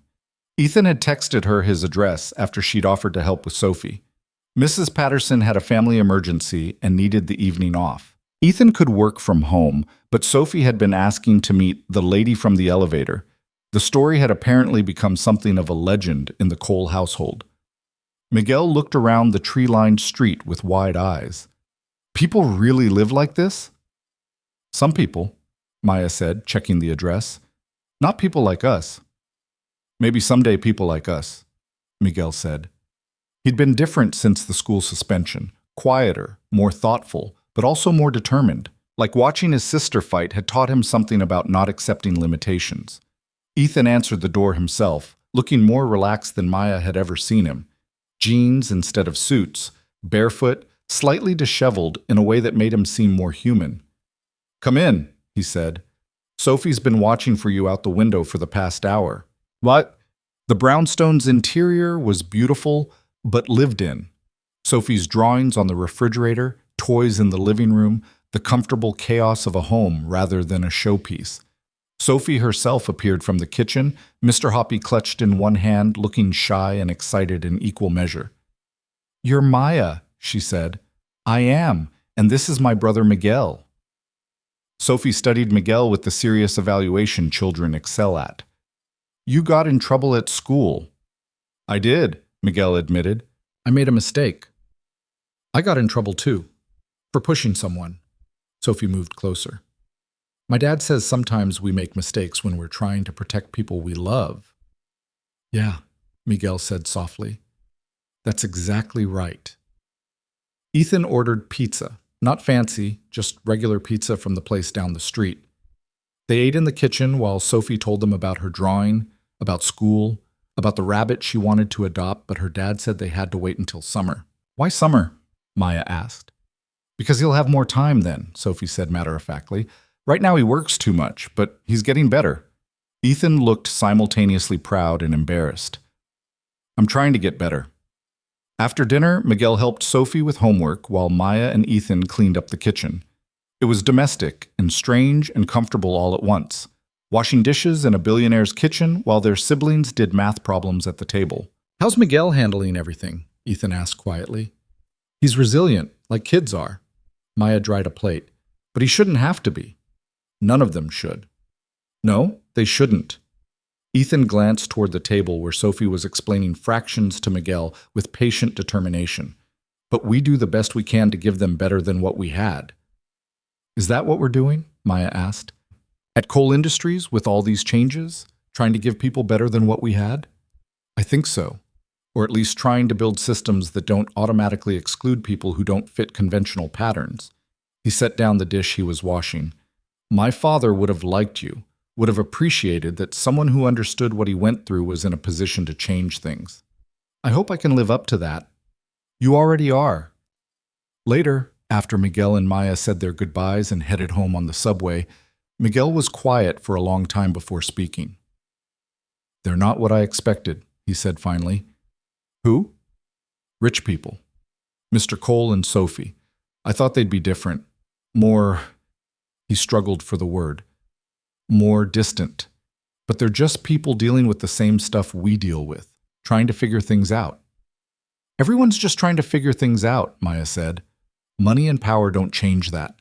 They just change what resources you have while you're figuring. Do you think we'll ever have resources like that?" Maya thought about it honestly. "Probably not like that. But we'll have enough. We already do, actually. We have each other. We have possibilities we didn't have a month ago. That's not nothing." "No," Miguel agreed. "That's definitely not nothing." The following months blurred together in the best possible way. The client services model scaled gradually. Not the overnight transformation some had hoped for or feared, but steady, measurable improvement. Satisfaction scores climbed. Retention rates improved. New clients signed because of referrals from newly satisfied existing clients. Maya's role evolved organically. She became the person people called when systems failed to account for human complexity, when clients expressed needs that didn't fit service categories, when employees felt constrained by processes that prevented them from being effective. She didn't have a traditional title. Her business card just said Client Success Advocate, which was vague enough to mean everything or nothing. But people learned that when Maya got involved, things got solved. Not always how they'd expected, but in ways that addressed actual problems rather than just checking boxes. Jennifer never became a friend, but they reached a working détente. Jennifer excelled at building efficient systems for clients who needed reliability over relationship. Maya excelled at building relationships for clients who needed to feel seen. Together, they covered the full spectrum of client needs. Sarah became Maya's closest ally, the person who understood the vision and could translate it into operational reality.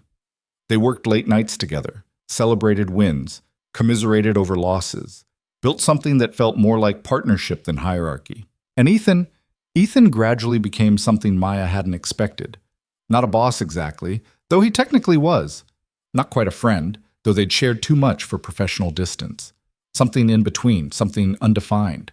A relationship built on mutual respect and shared purpose. He made it home for dinner most nights now. Attended Sophie's school events. Took Saturdays off to spend with his daughter. The Tecton merger eventually happened. 6 months later than originally planned, on slightly less favorable terms. But it happened. And somehow, the company didn't collapse from his reduced hours. If anything, it thrived. 6 months after that board meeting, Maya stood in front of the executive leadership team presenting quarterly results. Retention rate up 11%. Client lifetime value up 18%. Employee engagement scores climbing steadily. 3 industry awards for customer service excellence. The data suggests, she concluded, that investing in relationships generates measurable return, not just in revenue, but in reputation, referrals, and the kind of customer loyalty that can't be bought. "What's next?" Margaret Stern asked. She'd started attending leadership meetings quarterly, taking a more active interest in the company's evolution. "We're expanding the model internationally," Ethan said, "starting with our European clients, applying the same principles we've proven here. Maya will be spending next month in London helping establish the framework." After the meeting, Maya returned to her office. No longer the small space near Ethan's, but a proper office with her name on the door and windows overlooking the city. She had a team now, 3 people who reported to her, who looked to her for guidance despite her still minimal corporate experience. Her phone buzzed with a text from Miguel. "Got into Columbia early decision, full scholarship." Maya stared at the message, reading it 3 times before it felt real. Columbia. Her brother, her brilliant, resilient, remarkable brother, was going to Columbia. She called him immediately. "Are you serious?" "Just got the email." His voice was shaking with excitement. "Full ride, room and board, everything." "Miguel, that's incredible. I'm so proud of you." "I couldn't have done it without you, without everything you sacrificed." "I didn't sacrifice, I invested."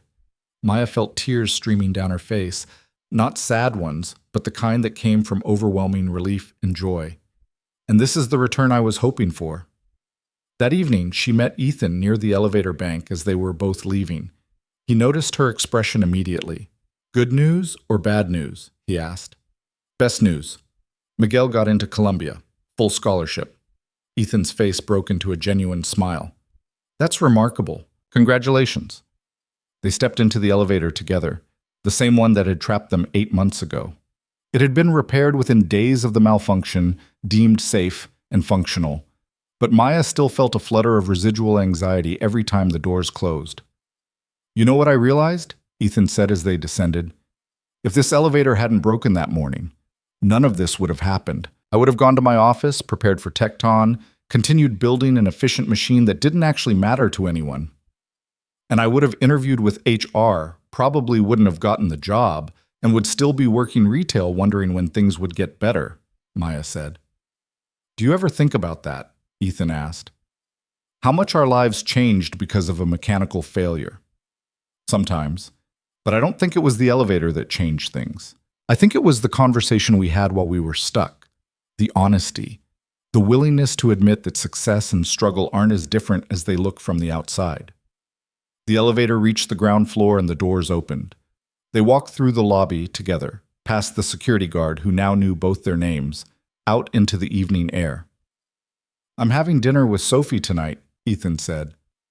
"Just us. She wants to make pasta from scratch. Do you and Miguel want to join us?" Maya thought about it, about how strange and wonderful it was that a billionaire CEO was inviting her family to his home for dinner, about how the boundaries between their lives had blurred into something that defied easy categorization. "We'd love to," she said. They parted ways at the corner, Ethan heading toward the parking garage, Maya toward the subway.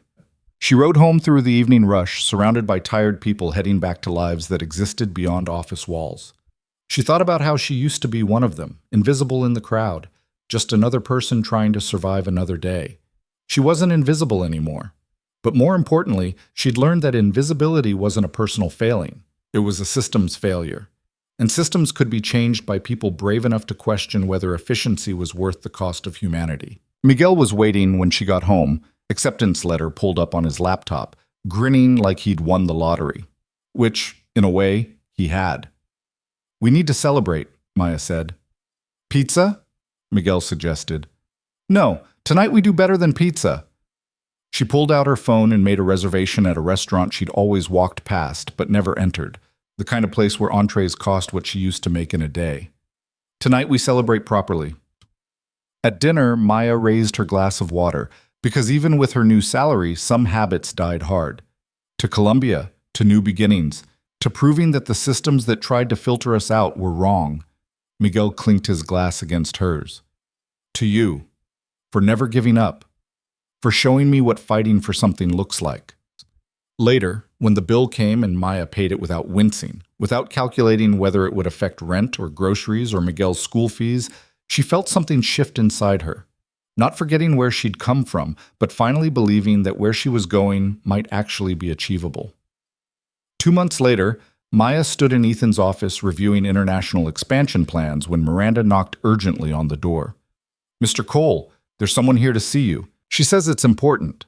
Ethan frowned. "I don't have any appointments scheduled." "She says she's your ex-wife." The air in the room changed instantly. Maya saw Ethan's expression go carefully neutral, the kind of blank professional face he wore when dealing with hostile board members. "I'll give you privacy," Maya said, gathering her materials. "No, stay." Ethan's voice was firm. "This won't take long." The woman who entered was beautiful in the way magazine covers were beautiful. Polished, perfect, expensively maintained. She looked at Ethan with an expression Maya couldn't quite read, then at Maya with obvious assessment. "Rachel," Ethan said, "what are you doing here?" "I wanted to see you, to see Sophie." Rachel's voice carried practiced warmth. "I've been doing some thinking, and I realized I made a mistake. Walking away from my family. From us." "There is no us," Ethan said. "There hasn't been for 18 months. There could be." Rachel moved closer. "I know I hurt you, hurt Sophie, but I'm different now. I've worked on myself, understood what I was running from, and I want to come home." Maya felt acutely uncomfortable, like she was witnessing something private and painful. But Ethan's request that she stay kept her rooted in place. Sophie doesn't need you coming back into her life and leaving again when things get difficult, Ethan said, his voice controlled but edged with anger. She's finally stable, finally sleeping through the night without nightmares. I'm not letting you undo that progress. I'm her mother. You're a woman who gave birth to her. Being a mother requires showing up, and you haven't shown up when it mattered. Ethan gestured toward the door.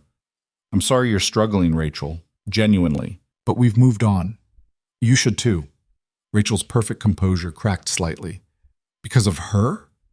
She looked at Maya. Because you replaced me with some assistant young enough to be… Stop, Ethan's voice cut like a blade. Maya has nothing to do with this except being a friend to Sophie and a valuable colleague to me. The end of our marriage was about choices you made, not people I hired. A friend? Rachel said skeptically. Is that what we're calling it? That's what it is. And even if it weren't, it wouldn't change the fact that you don't get to walk away from your family and then expect to walk back in when it's convenient.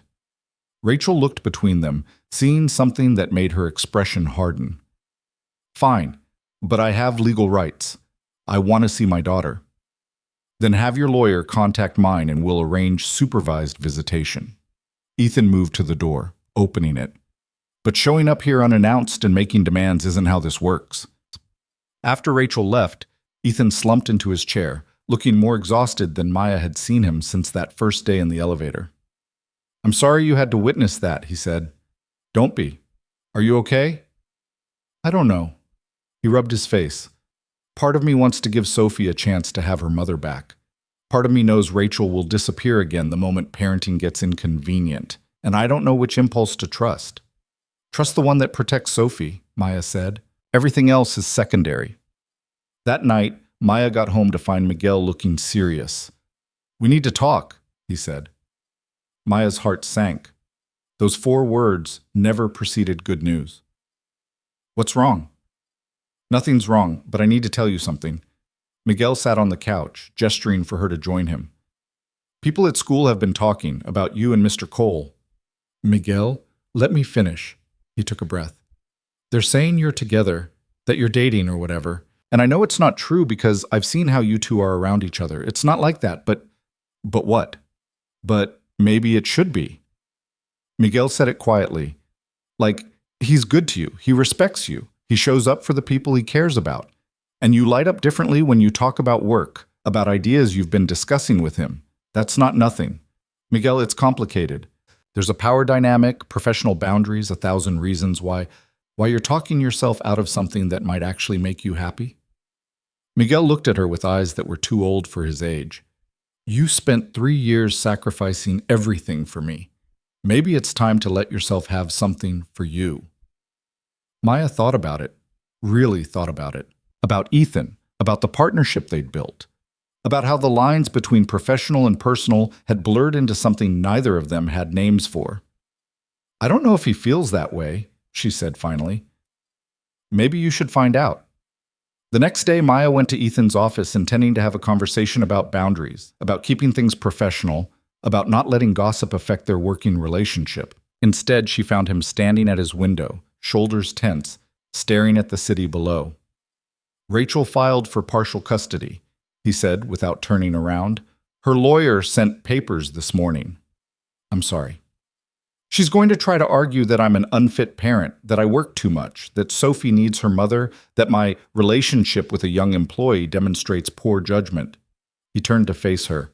She's going to use you to try to take my daughter. Maya felt cold settle in her chest. Then maybe I should resign, remove the complication. No, Ethan crossed to her. You shouldn't have to leave because my ex-wife is weaponizing our professional relationship. That's exactly the kind of system failure we've been fighting against, punishing people for not fitting conventional patterns. Ethan, if this costs you Sophie, it won't, because we'll fight it honestly. We'll show that our relationship, whatever it is, has been professional and appropriate. That you've been a positive influence in Sophie's life, not a negative one. That the only person making poor choices here is Rachel. Whatever it is, Maya repeated his words. Do you know what it is? He was quiet for a moment. I know it started as a professional relationship. I know it evolved into something that matters more than it probably should. I know that I trust your judgment more than anyone else's, that I look forward to our conversations more than any meeting, that Sophie asks about you constantly and lights up when you're around. That's not an answer, because I don't have one. I just know that I don't want to lose it, whatever it is, because people want to make it into something scandalous. He moved closer. What do you want it to be? Maya thought about Miguel's words, about her brother telling her to stop talking herself out of happiness, about Dr. Chen's advice to stop caring about assumptions and start proving what she could deliver, about 3 years of sacrifice and struggle, and finally, having something good in reach. I want it to be honest, she said, whatever that looks like. No pretending it's only professional when it's more. No pretending it's more when we're not ready for that. Just honest. I can do honest. Ethan smiled, tentative and real. Though I should warn you, honest means admitting that I started falling for you somewhere between the elevator breaking and you defending your brother's fighting. And that terrifies me almost as much as Rachel's custody filing. Why does it terrify you? Because the last time I let someone in, she left. And if you left, if this didn't work, I'm not her, Maya interrupted. I don't run when things get hard. I've proven that. And you're not who you were 18 months ago. We're both different now. Better, maybe. They stood in his office, the city sprawling below them, two people who'd been broken by different circumstances trying to figure out if broken pieces could fit together into something whole.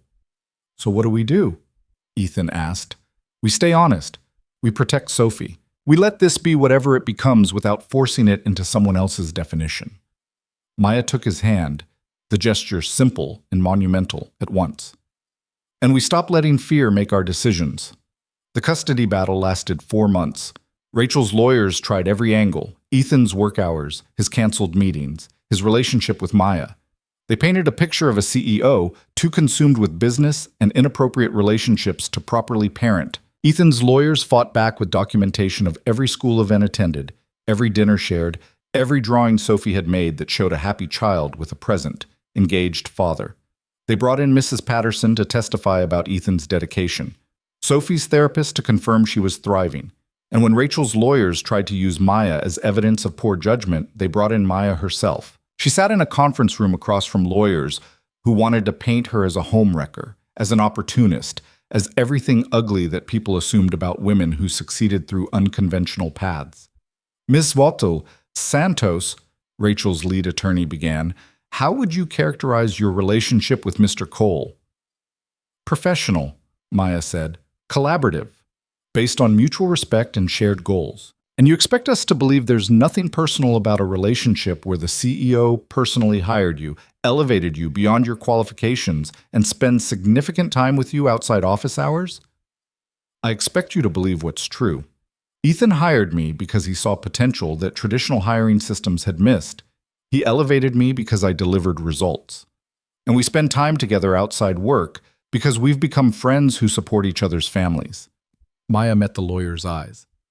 If a male employee received mentorship and professional support from a female CEO, would you question it this intensely, or are you only skeptical because conventional narratives say women can't earn opportunities through competence? We're questioning judgment. You're questioning whether I slept my way to success because you can't imagine a woman like me succeeding any other way. Maya's voice was level but firm. But the reality is, I'm good at my job. I've generated measurable value for Cole Industries. And my relationship with Ethan, professional or otherwise, has made both of us better at supporting the people who depend on us, including Sophie. You've met Mr. Cole's daughter? Multiple times. She's a remarkable kid dealing with abandonment trauma from her mother's departure. I've tried to be a positive presence in her life because that's what decent people do when they see a child struggling. So you see yourself as a mother figure? I see myself as a friend, an adult who shows up and cares, which is apparently more than Sophie's actual mother has managed. Rachel's lawyer tried several more approaches, but Maya didn't give ground. She told the truth plainly and refused to be ashamed of it. In the end, the judge awarded Ethan primary custody with Rachel receiving supervised visitation 2 weekends a month. The ruling noted that Rachel had voluntarily abandoned her parental responsibilities and had failed to demonstrate genuine commitment to Sophie's well-being. The day the ruling came through, Ethan called Maya from his lawyer's office. We won, he said, his voice thick with relief. Full custody. She can see Sophie, but supervised, and only if Sophie wants to. How are you feeling? Like I can finally breathe? Like maybe things are actually going to be okay. That evening, they celebrated at Ethan's house. Just Ethan, Sophie, Maya, and Miguel. Sophie had drawn a picture of the four of them, rough and childlike, but somehow capturing something real about how they'd become this strange, assembled family. We're not a normal family, Sophie observed, studying her drawing. But I like us anyway. Normal is overrated, Miguel said. Weird families are way more interesting. Months continued to pass, blurring into a life that Maya sometimes had to remind herself was real. Coal industries kept growing, kept improving, kept proving that investing in people generated returns that pure efficiency never could. Maya's role expanded to include speaking at conferences, publishing articles about relationship-based client services, being interviewed by business magazines about innovation in corporate culture. The whispers about how she got her position never completely stopped, but they mattered less as the results spoke louder, as clients specifically requested her involvement, as other companies tried to recruit her away with offers that Ethan kept matching. She and Ethan never defined exactly what their relationship was. It was professional partnership and personal friendship, and something more complex than either label captured. They were careful around the office, conscious of perception. But outside work, they built something real. Dinners with Sophie and Miguel, weekend trips, conversations that went deeper than business strategy. Is this working? Ethan asked one night after the kids had gone to bed. They were sitting on his couch, the city lights visible through his windows, comfortable in a way that came from months of showing up for each other. Define working, Maya said. Define what we're doing. He smiled slightly. We've been deliberately vague for almost a year. Maybe it's time to figure out what this actually is. Maya thought about it.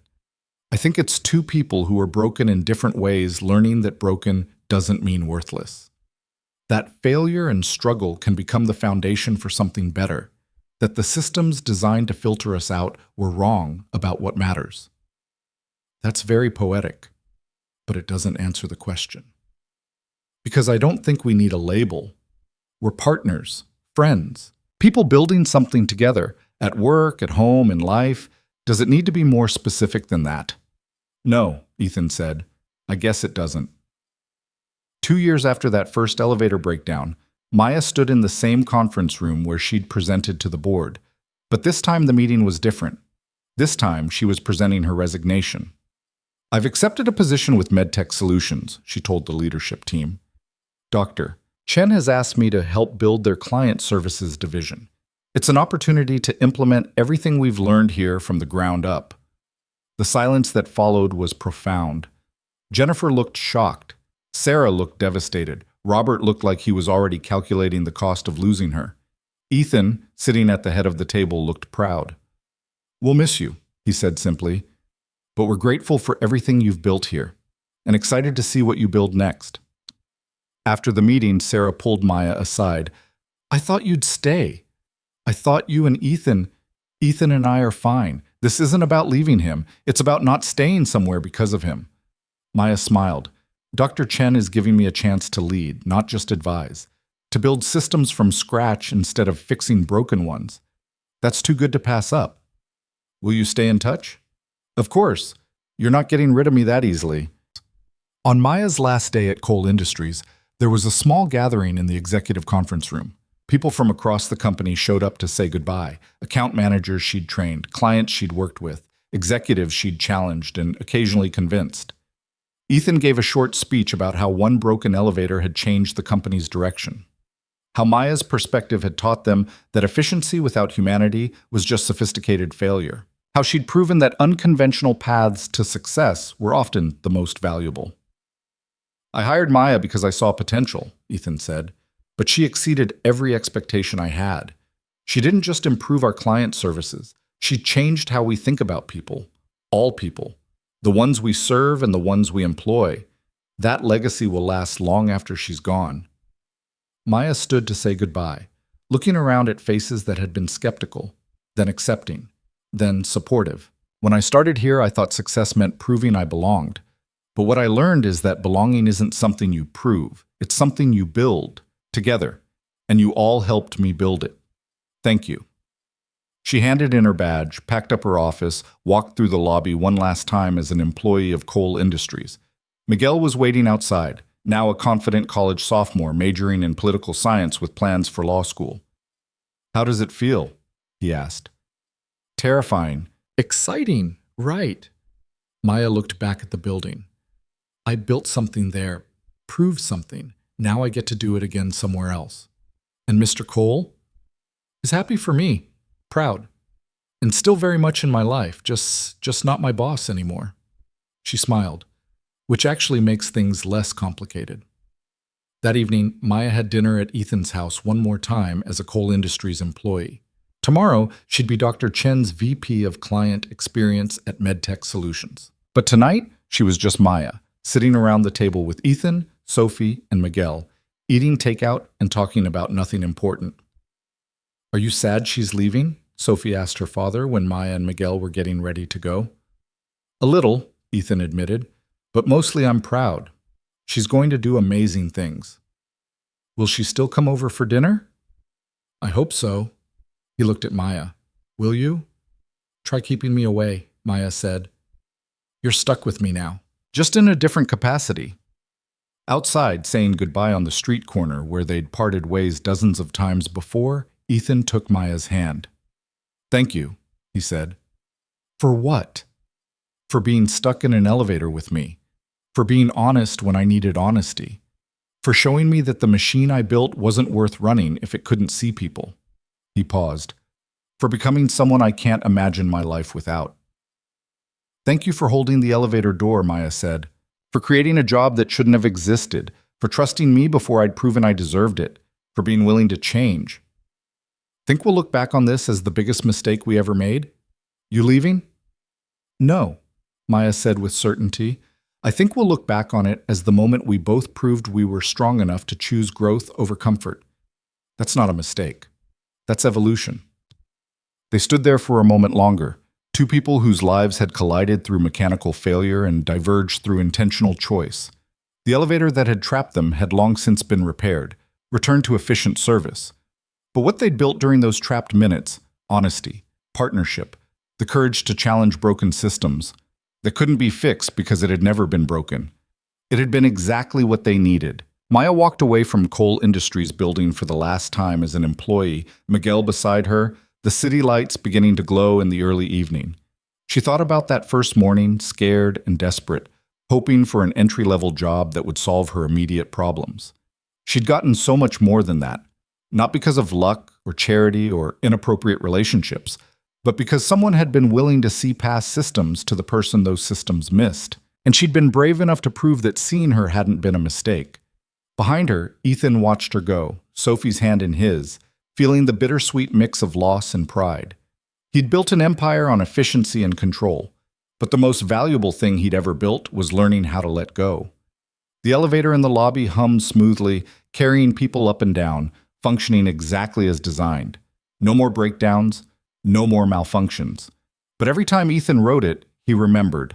And every time Maya visited, which she did weekly, for dinners and planning sessions, and the slow building of something that had no name but felt like home, she remembered too, that sometimes the best moments in life came from things breaking down, from being forced to stop, to sit with discomfort, to see another person without the filters and facades, from choosing, even when choosing was terrifying, to be honest. The story that began with two strangers trapped between floors didn't end with happy ever after simplicity.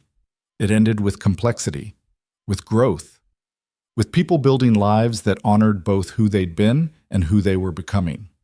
Maya Santos went on to revolutionize client services at 3 more companies, eventually starting her own consulting firm that helped organizations see the people their systems made invisible. She spoke at conferences, wrote books, became the kind of success story that inspired others who'd been filtered out to keep fighting. Ethan Cole ran his company with principles that prioritize people over processes, relationship over efficiency. Cole Industries never became the biggest firm in their sector, but they became the most respected, the one where people wanted to work, the one clients trusted.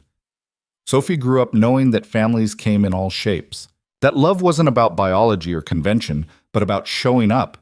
She had her father, who never missed another important moment. She had Maya, who taught her that being underestimated was just an opportunity to surprise people. She had Miguel, who showed her that brilliance didn't require pedigree. And Miguel became the lawyer he'd always been meant to be, advocating for people trapped by systems designed without them in mind, fighting the same fights his sister had fought, but with different tools. Years later, when people asked Maya about her success, how she went from retail to executive to entrepreneur, she didn't tell them about hard work or intelligence or persistence. Though all of those mattered, she told them about an elevator that broke at exactly the right moment, about a conversation that changed two lives, about learning that the most valuable opportunities often came disguised as inconvenience, And about choosing, every single day, to be brave enough to see past the systems to the people they were designed to serve. The elevator still stood in Coal Industries Tower, still carried thousands of people every day. None of them knew its history. None of them understood that it had been, for 43 minutes on one ordinary morning, the space where something extraordinary began.